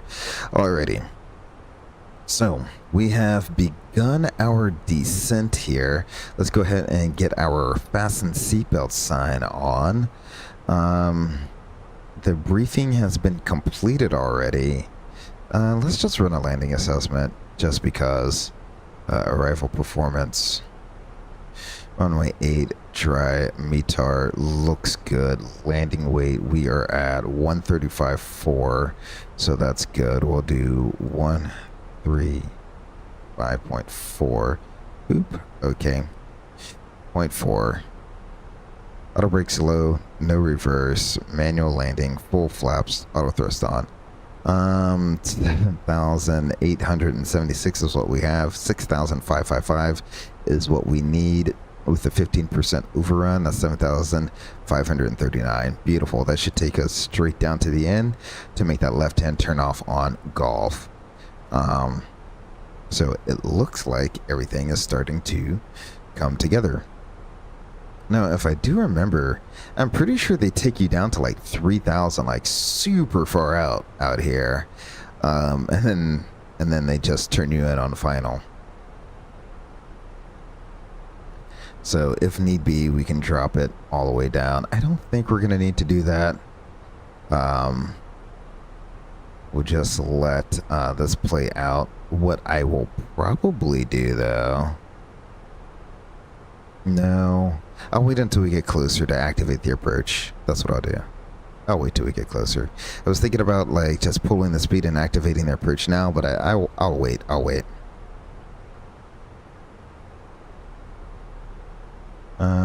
Let's see. Yeah, there we go.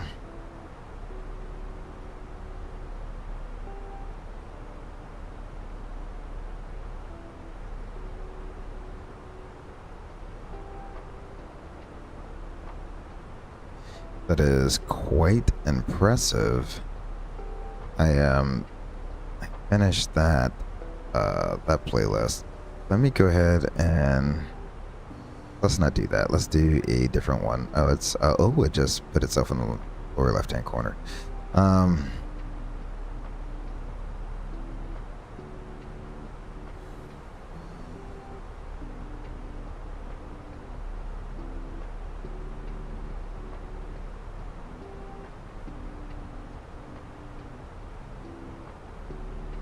Alright, let's do this one. Oh, no. Do not know why I thought that was going to be something different. Okay. My mistake. Let's go ahead and...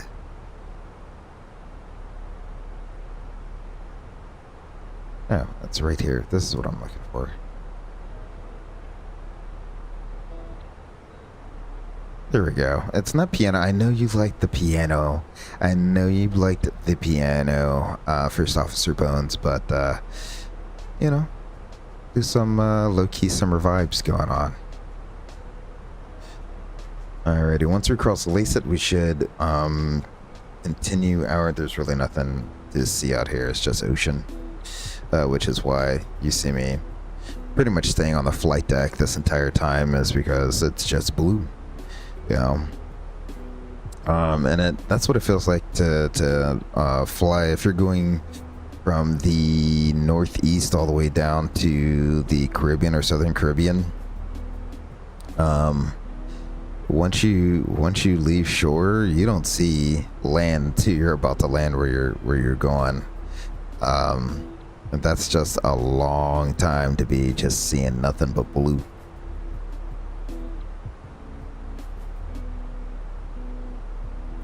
More drag. What do we need more drag for? I mean, I'll do it. I don't think we need more drag, though.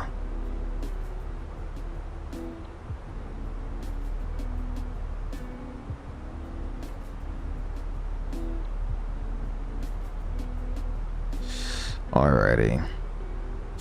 Road transition 1011. Set once, set twice, and set thrice. Let's go ahead and get that on and do a descent checklist. Altimeters, the QNH is 1011. Engine mode is sorry, nope, that is the before landing. Altimeters QNH 1011. Auto brake is low. Our perf approach page is set. The arrival briefing is reviewed. No star. RNAV runway 8. And the status is checked. The descent checklist is complete.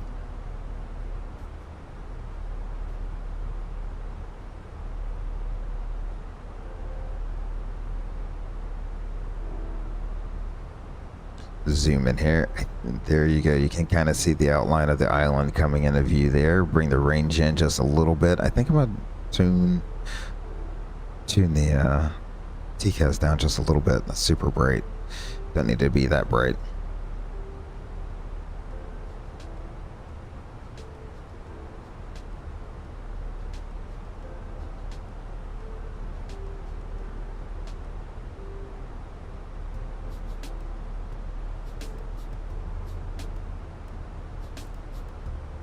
As we get a little bit closer, we're about 40 miles from the final approach fix now.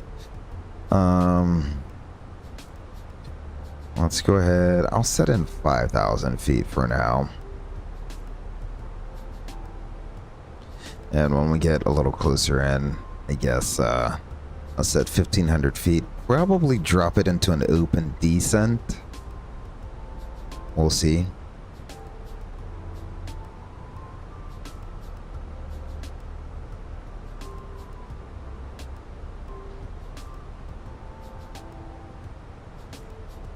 Do some sort of a different angle there, since there's not much to see outside. Try to vary up our angles inside.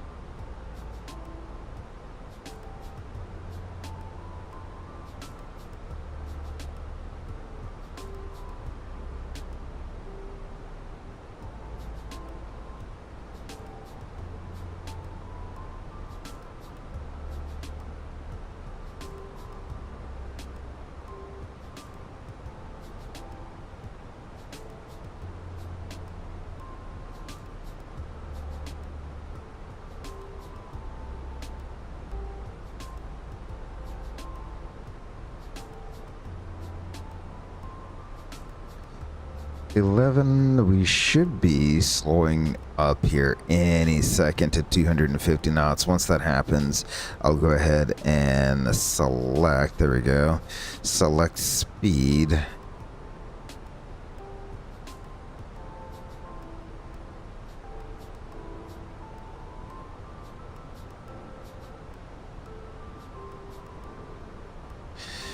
$250 knots.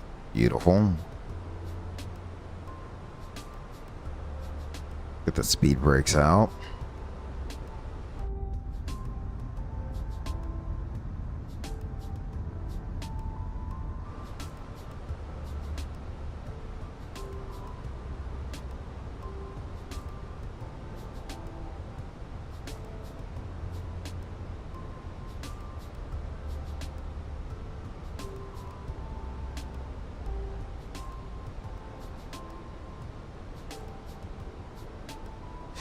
Alrighty, 20 miles from the final approach fix. Let's just go ahead and dip it on down to 1,500 feet. We'll go open descent.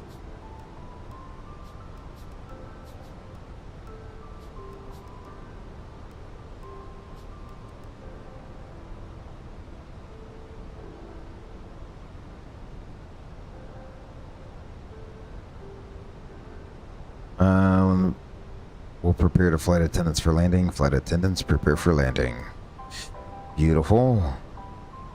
Back into sterile. All the lights, we'll just get them all on because reasons. Beautiful. I can go ahead and put you on the main page there. And lastly, let's go ahead and turn off our music, at least for now. We'll get that going back when we're deplaning on the ground. Beautiful. Let's see. I think I'm going to need a little bit of speed brake action, so let's go ahead and get some speed brakes going. We're getting pretty close to our island here, so I feel a little bit more comfortable being this far, going all the way down to 1,500, as there is land nearby.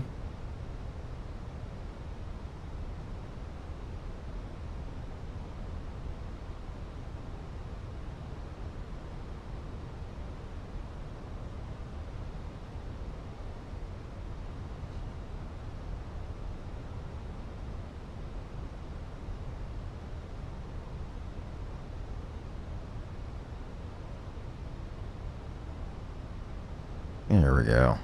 We're slowly starting to get below the brick, or not the brick, the green dot there. Now, when I activate the approach, that will turn into a brick. So let's go ahead. Oh, there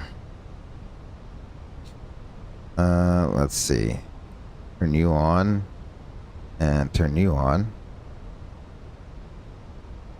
Beautiful. Thank you.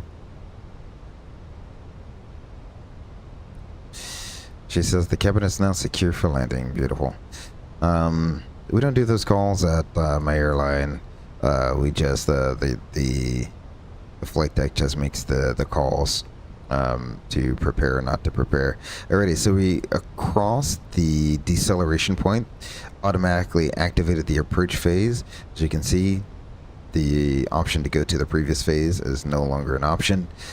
So approach phase is now active. What you can do now, what you can do now, and what I'll probably do, I'm just going to go ahead and drop it on in so I can start slowing down and get configured, because I don't want to be configuring on the way down. It's just really hard for to do in an Airbus, is slow down and go down simultaneously. I need to get our flight recorder going.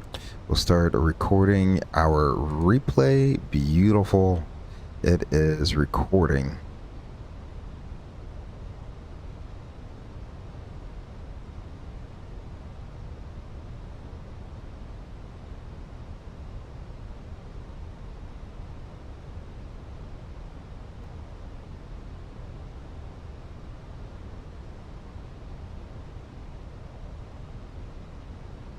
And since the approach is activated now, what we'll do is arm the approach as well. So we have app nav, alt final, and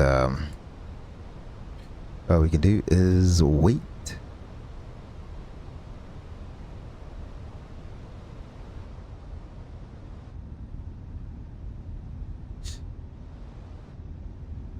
You can see just a little bit of the island coming into view there. Beautiful. The white sandy beaches of Grand Cayman, the beautiful blue water of the Caribbean. Absolutely lovely. I did enjoy when we stopped here on our cruise. 25 for 15. 2,500.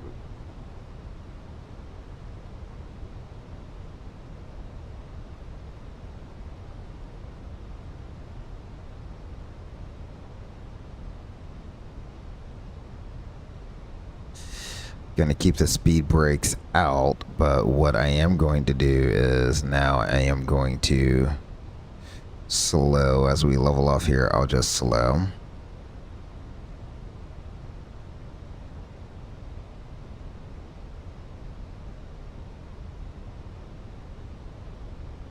Alt star. Start at 170 knots. Actually, you know what? I might just go all the way. I might just mash it here. We'll start at 170, and then once I get flaps 2 in, we can go ahead and select manage speed. Got the runway in sight. This is off by 0.2. We were going quite fast. Flaps 1, speed verified.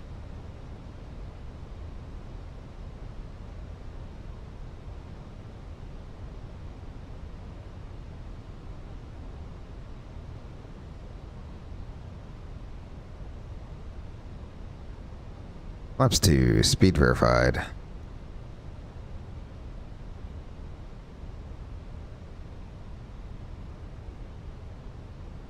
What is our mass approach altitude going to be?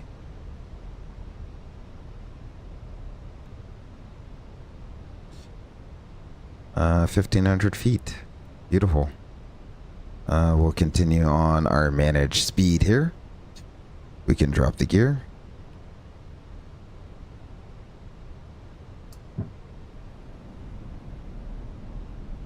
The brick is coming in. Flaps 3, speed verified. Final lap, mass approach altitude is 1,500 feet. That's set. We can arm our speed brakes and flaps full. Our speed's verified before landing checklist. Altimeters, we have 1011 1340. Engine mode is norm. Landing gear down and re-green.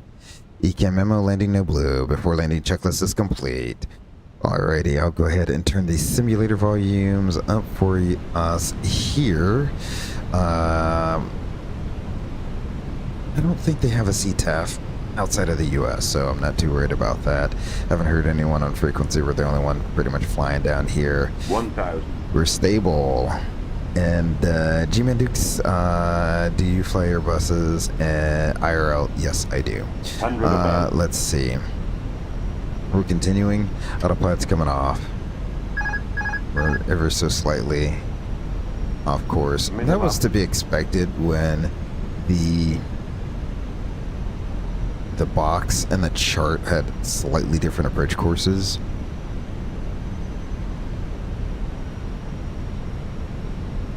Don't know why we're trending high, but okay. 500.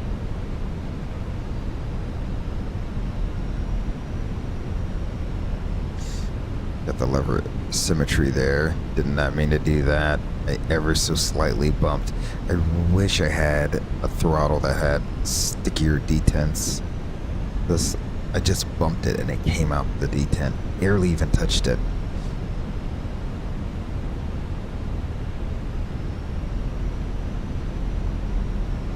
$100.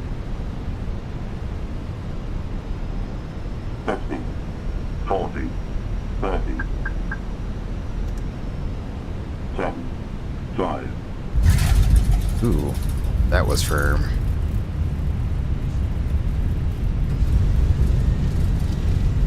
I do forget, I think Fenix changed the flare law on this to be a little bit more realistic. It's been such a long time since I've flown the Airbus. We're deployed 80. Manual braking, auto brakes can come off. We're 60. I'm in idle reverse here. Beautiful. Welcome to Grand Cayman. That was the exact opposite of last night, where last night I flared way too early. We floated it. This is tonight flared it a little too late and not enough, and get a nice firm landing. So, you know, First Officer Bones, my back. Yeah, nice and firm. The exact opposite of last night. How about that, First Officer Burns? The exact Bones, the exact opposite. We'll make this left-hand turn off here. That's one of those Key West landings. That's what you would expect down there. Beautiful. We'll turn off here. This should be Gulf, so this taxiway does exist. Alrighty. Oh, let's go flaps up.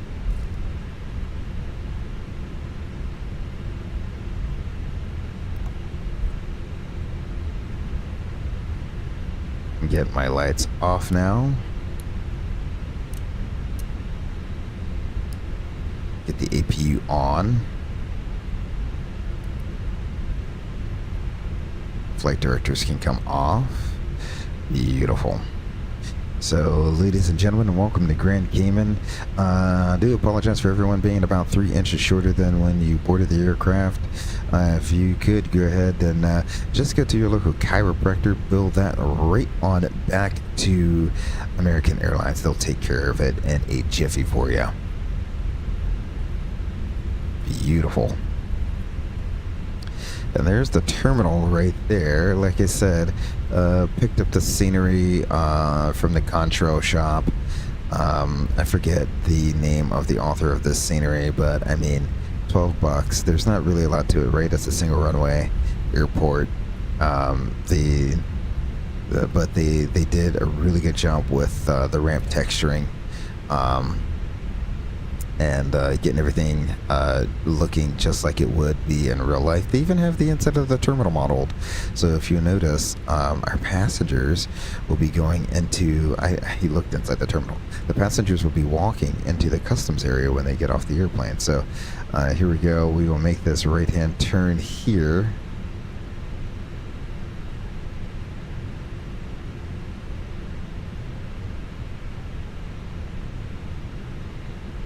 And then a left-hand turn to get to spot 5, which is where we're going to park. I can already see the trucks in position. We are on the terminal ramp, so I will go ahead and turn that off.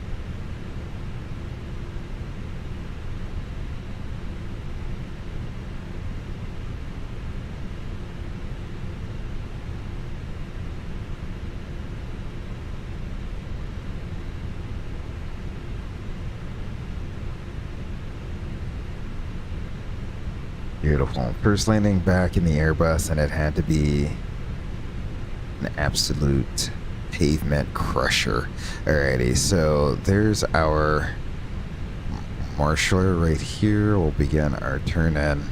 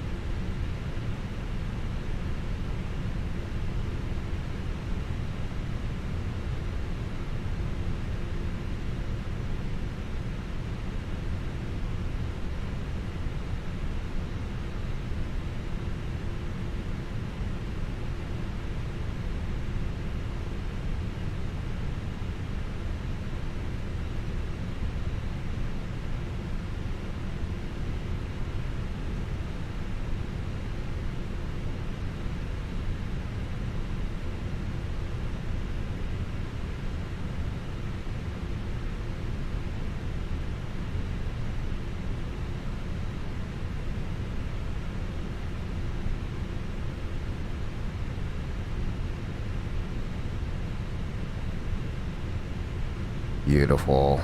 Perfect. Perfect. Perfect. Perfect. I'm going to turn the sim volume back down. I just realized I never turned it down after we made our turn off there. Let's go up to the overhead panel. APU is on. Seatbelt sign can come off. The parking brake is set.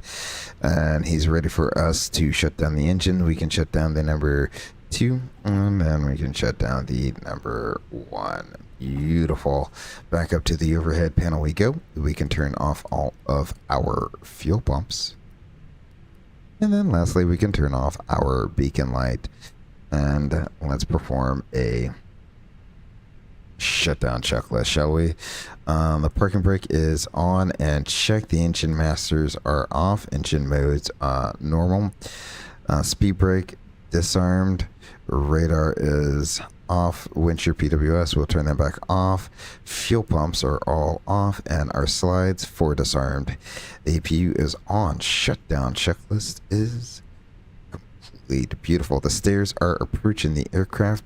I will go ahead and get our music going again, and we can stop our recording as well. Go ahead and get that recording stopped. Beautiful. The recording is stopped. Let's go ahead and disconnect from VATSIM. Thank you for your service. What I'll also do is I'll also get rid of the Fly Live overlay.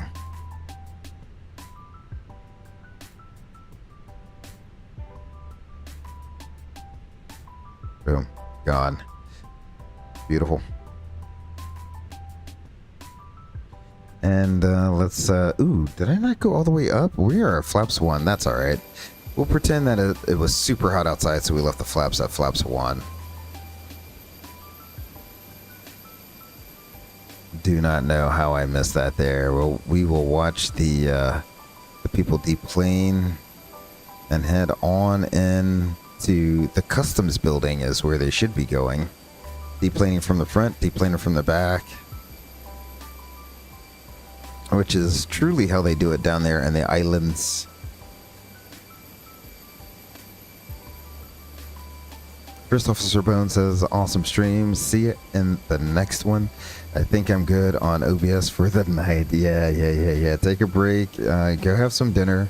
And just think about what else you want to do in OBS. And I will tell you, just YouTubing things and Googling things, that's going to be your biggest friend right there, First Officer Bones. So thank you for joining me this evening. I'm not going to be around. I get a trip to Source tomorrow, so I'm not going to be around for 5 days or so, 4 or 5 days. So once I do get back from my trip, I'll try to get another 1 or 2 streams in.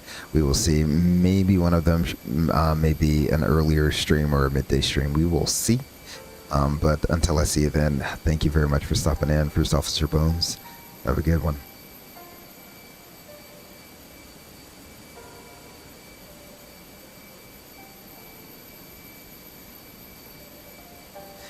Yeah, so I can tell you, setting up GSX is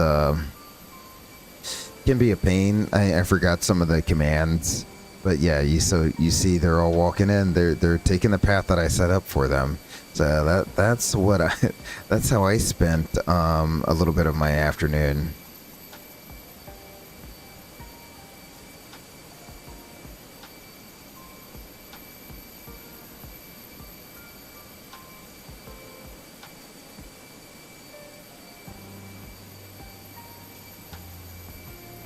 Take a picture of that. Wait, there you go. Beautiful.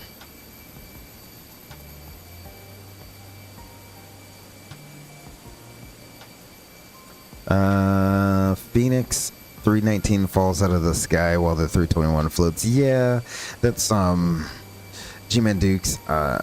Something that I find is the Fenix, they retweaked the landing physics of the airplanes, and the 321 doesn't float nearly as much as it used to. It used to float a lot. It doesn't float nearly as much as it used to, and it's kind of weird. The 319, because it's so light and it still has the same length wing as a 321, it should float just a little bit. I have an easier time holding it off. Like the 319 will float if you hold it off, and typically how I land a 319 is I will try to hold it off, get it ever so slightly close to the ground, and then hold it off just a little bit, and then for every foot I fall, I just bring a little bit more back pressure in to get that nice greasy landing out of it. So you should be able to float a 319. Why the Fenix doesn't float a 319, I have no clue. Again, they did take a lot of landing data from actual side stick inputs during landing, so it should feel correct. This landing, I don't know. Again, it's been a long time since I've flown the Fenix, so maybe I need to relearn how to flare the Fenix, but you know, or maybe the other thing that sometimes you just got to do is you got to keep the thrust in until you hear that third retard, and then you bring the power out, and that will give you just enough of a buffer there where it doesn't fall out of the sky. So, you know, I think for sure they tweaked the 321. It feels a lot more natural now. 319 is a little bit more difficult for me to figure out, but you know, it's you just got to relearn. You just got to relearn. That's about it. Looks like all the passengers are off. They are all walking into the terminal here, going to customs so that they can clear customs and continue on their way to the beautiful beaches of Grand Cayman. Yeah, I haven't flown the Fenix in 6 months or so. Wow, that is a decent amount of time. Not sure if any tweaks since then. I think that would be, I mean, they have had some updates here and there, some artwork and audio updates, some systems updates in terms of like avionics and stuff like that. And I don't know, I mean, it has this would have been at the BFU, the Big Fenix update, that they would have tweaked the flare logic on all three airplanes, which came out towards the end of last year. I think the Big Fenix update came out, and so it does feel a lot more natural. It feels a lot better. Okay, so we are all done deplaning there. That looks absolutely fantastic. There we go. There goes the bags on their way to baggage claim or just some random place on the airport. Alrighty. Everything there is closed. They're closing up the baggage bay doors. So what we will do, we will hop back onto the flight deck here, and you'll see the slats coming, or the flaps coming on up ever so slightly. I did bring them up. Let's go back inside. And we will dismiss that. Let's go here. I want panel states ready. Activate. Poodle. Okay, no. No. I don't need Poodle anymore. Okay. So, we're in a startup state. Beautiful. Engines are running. Startup state. We got 6,600 pounds of fuel on board, which is plenty to do these replays. AB ignition. I'm waiting for the AB ignition and the gray boxes to go away. There we go. Okay. Gray box is gone. AB ignition is gone. Aft left door. Let's go ahead and close you. All right. Beautiful. So that is closed. Everything else is looking good. Ground spoilers are armed. Fantastico. Let's go ahead and get our replay going. We are logged offline, so that's good. We'll go ahead and restart our replay. We'll load it here, I should say. Hit that play button.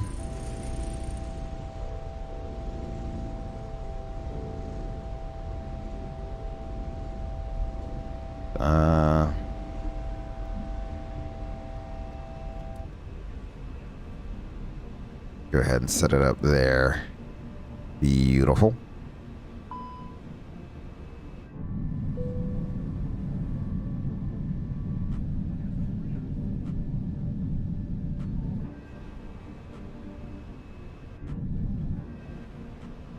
Oh yeah, let me get that off. That off. And we will clear that. Beautiful. Oh my. The wing flex is not looking so good right now on this. Do not mind all that wobble. I do not know why it's doing that.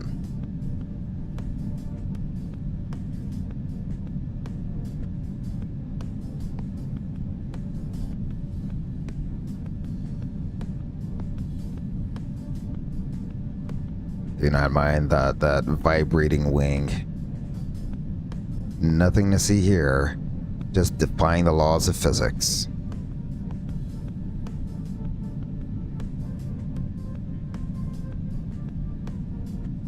I did see that the replay tool is coming out. I have version 5. I think they're coming out with version 6. So I wonder if version 6, if there's, I'll probably pick it up, see what improvements there are. Wow, yeah. I mean, right on the mains. Wow, wow, wow, wow, wow, wow. Let's run that back. I mean, nice and firm landing. I mean, cannot deny. Ooh, let's run that back even more. Yeah, there we go.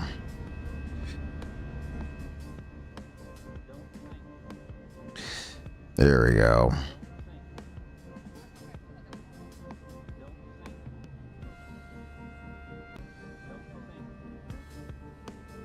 This wing is definitely vibrating a whole lot less.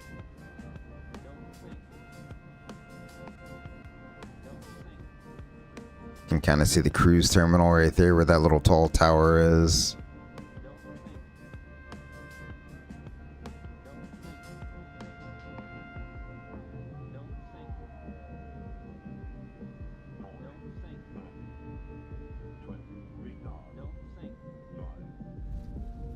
Okay, I'm listening to the auto call outs, and I did the same thing I did last night, which is I brought the thrust levers to idle at 30.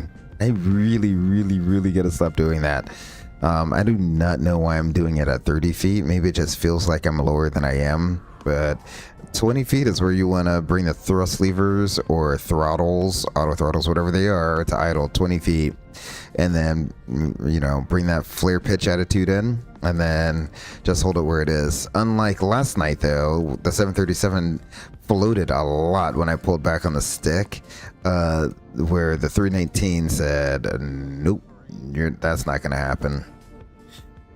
So let's go outside here.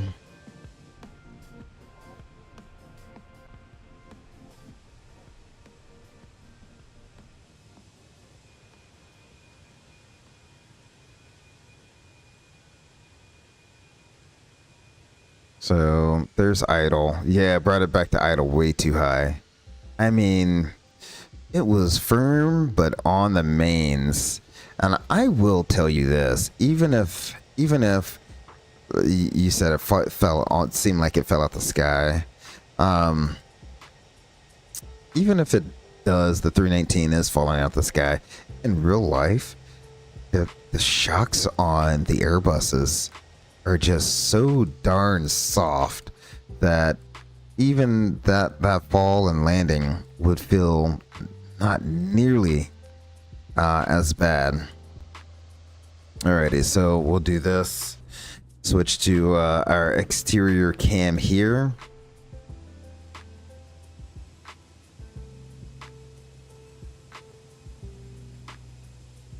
Let's see.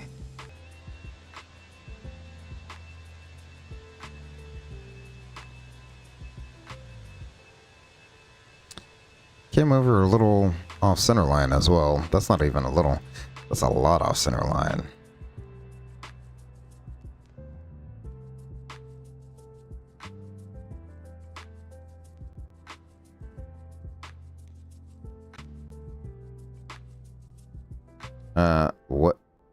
What's going on?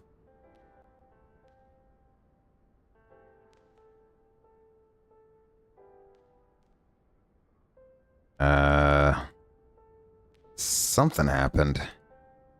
I did something. What did I do? An uh-oh. Okay, that's why. Alright. Let's play it from there. Shall we?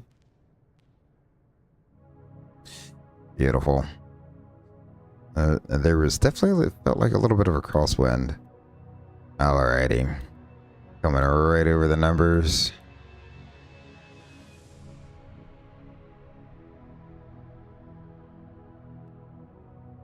Ooh, definitely firm.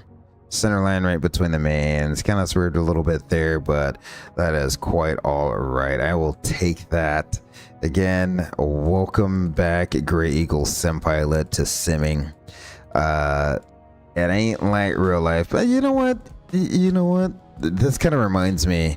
My landings in real life too have not been like the butteriest of landings. I did get, I was able to squeak one out on my last trip. A nice, smooth, buttery landing. Not every landing was, but I was able to squeak one out on my last trip. So a little bit of redemption there. And my 321 landings were 321 landings, so they floated like real 321s do. And but it was overall good. Like I said, a landing like this would have been super soft in a real Airbus, simply because the struts are just so soft. That's not the view I wanted. This is the view I wanted. Beautiful. We're gonna go ahead and run it back one last time. This is gonna be it for the live streams this evening. For sure, I will try to get another 1 or 2 live streams in next week when I'm off. Plan on at least 1, maybe 2 of them being midday streams. Otherwise, plan on the normal stream time right around 8 p.m. Zane Roush, thank you very much. Really do appreciate you coming out. Oliver Garrett, oh, I didn't see that there. Spirit Airlines is officially done. Bye-bye, Spirit. Yeah, I did see that. We will see. There's been talk of it, but I don't know how much that will be true. Thank you, Oliver, though, for stopping and chatting or commenting in the chat. Really do appreciate your participation there, and you being a sub to the channel. So really do appreciate that. First Officer Bones, thank you again for coming out. Always a pleasure seeing you come out and listen to my stories. G-Man Dukes, really do appreciate it. I'm gonna try to hit up the Fenix servers on Discord and see what that's all about. Anyone else who I did not mention, anyone else who was just watching in the background and did not want to comment, that's quite alright. I do recognize you. I do thank you for tuning in. I really do appreciate you watching. I look forward to seeing each and every one of your you guys at the next live stream. But until I do, remember to take care of yourselves and each other. Until then, my name is Gray Eagle Sim Pilot. Peace.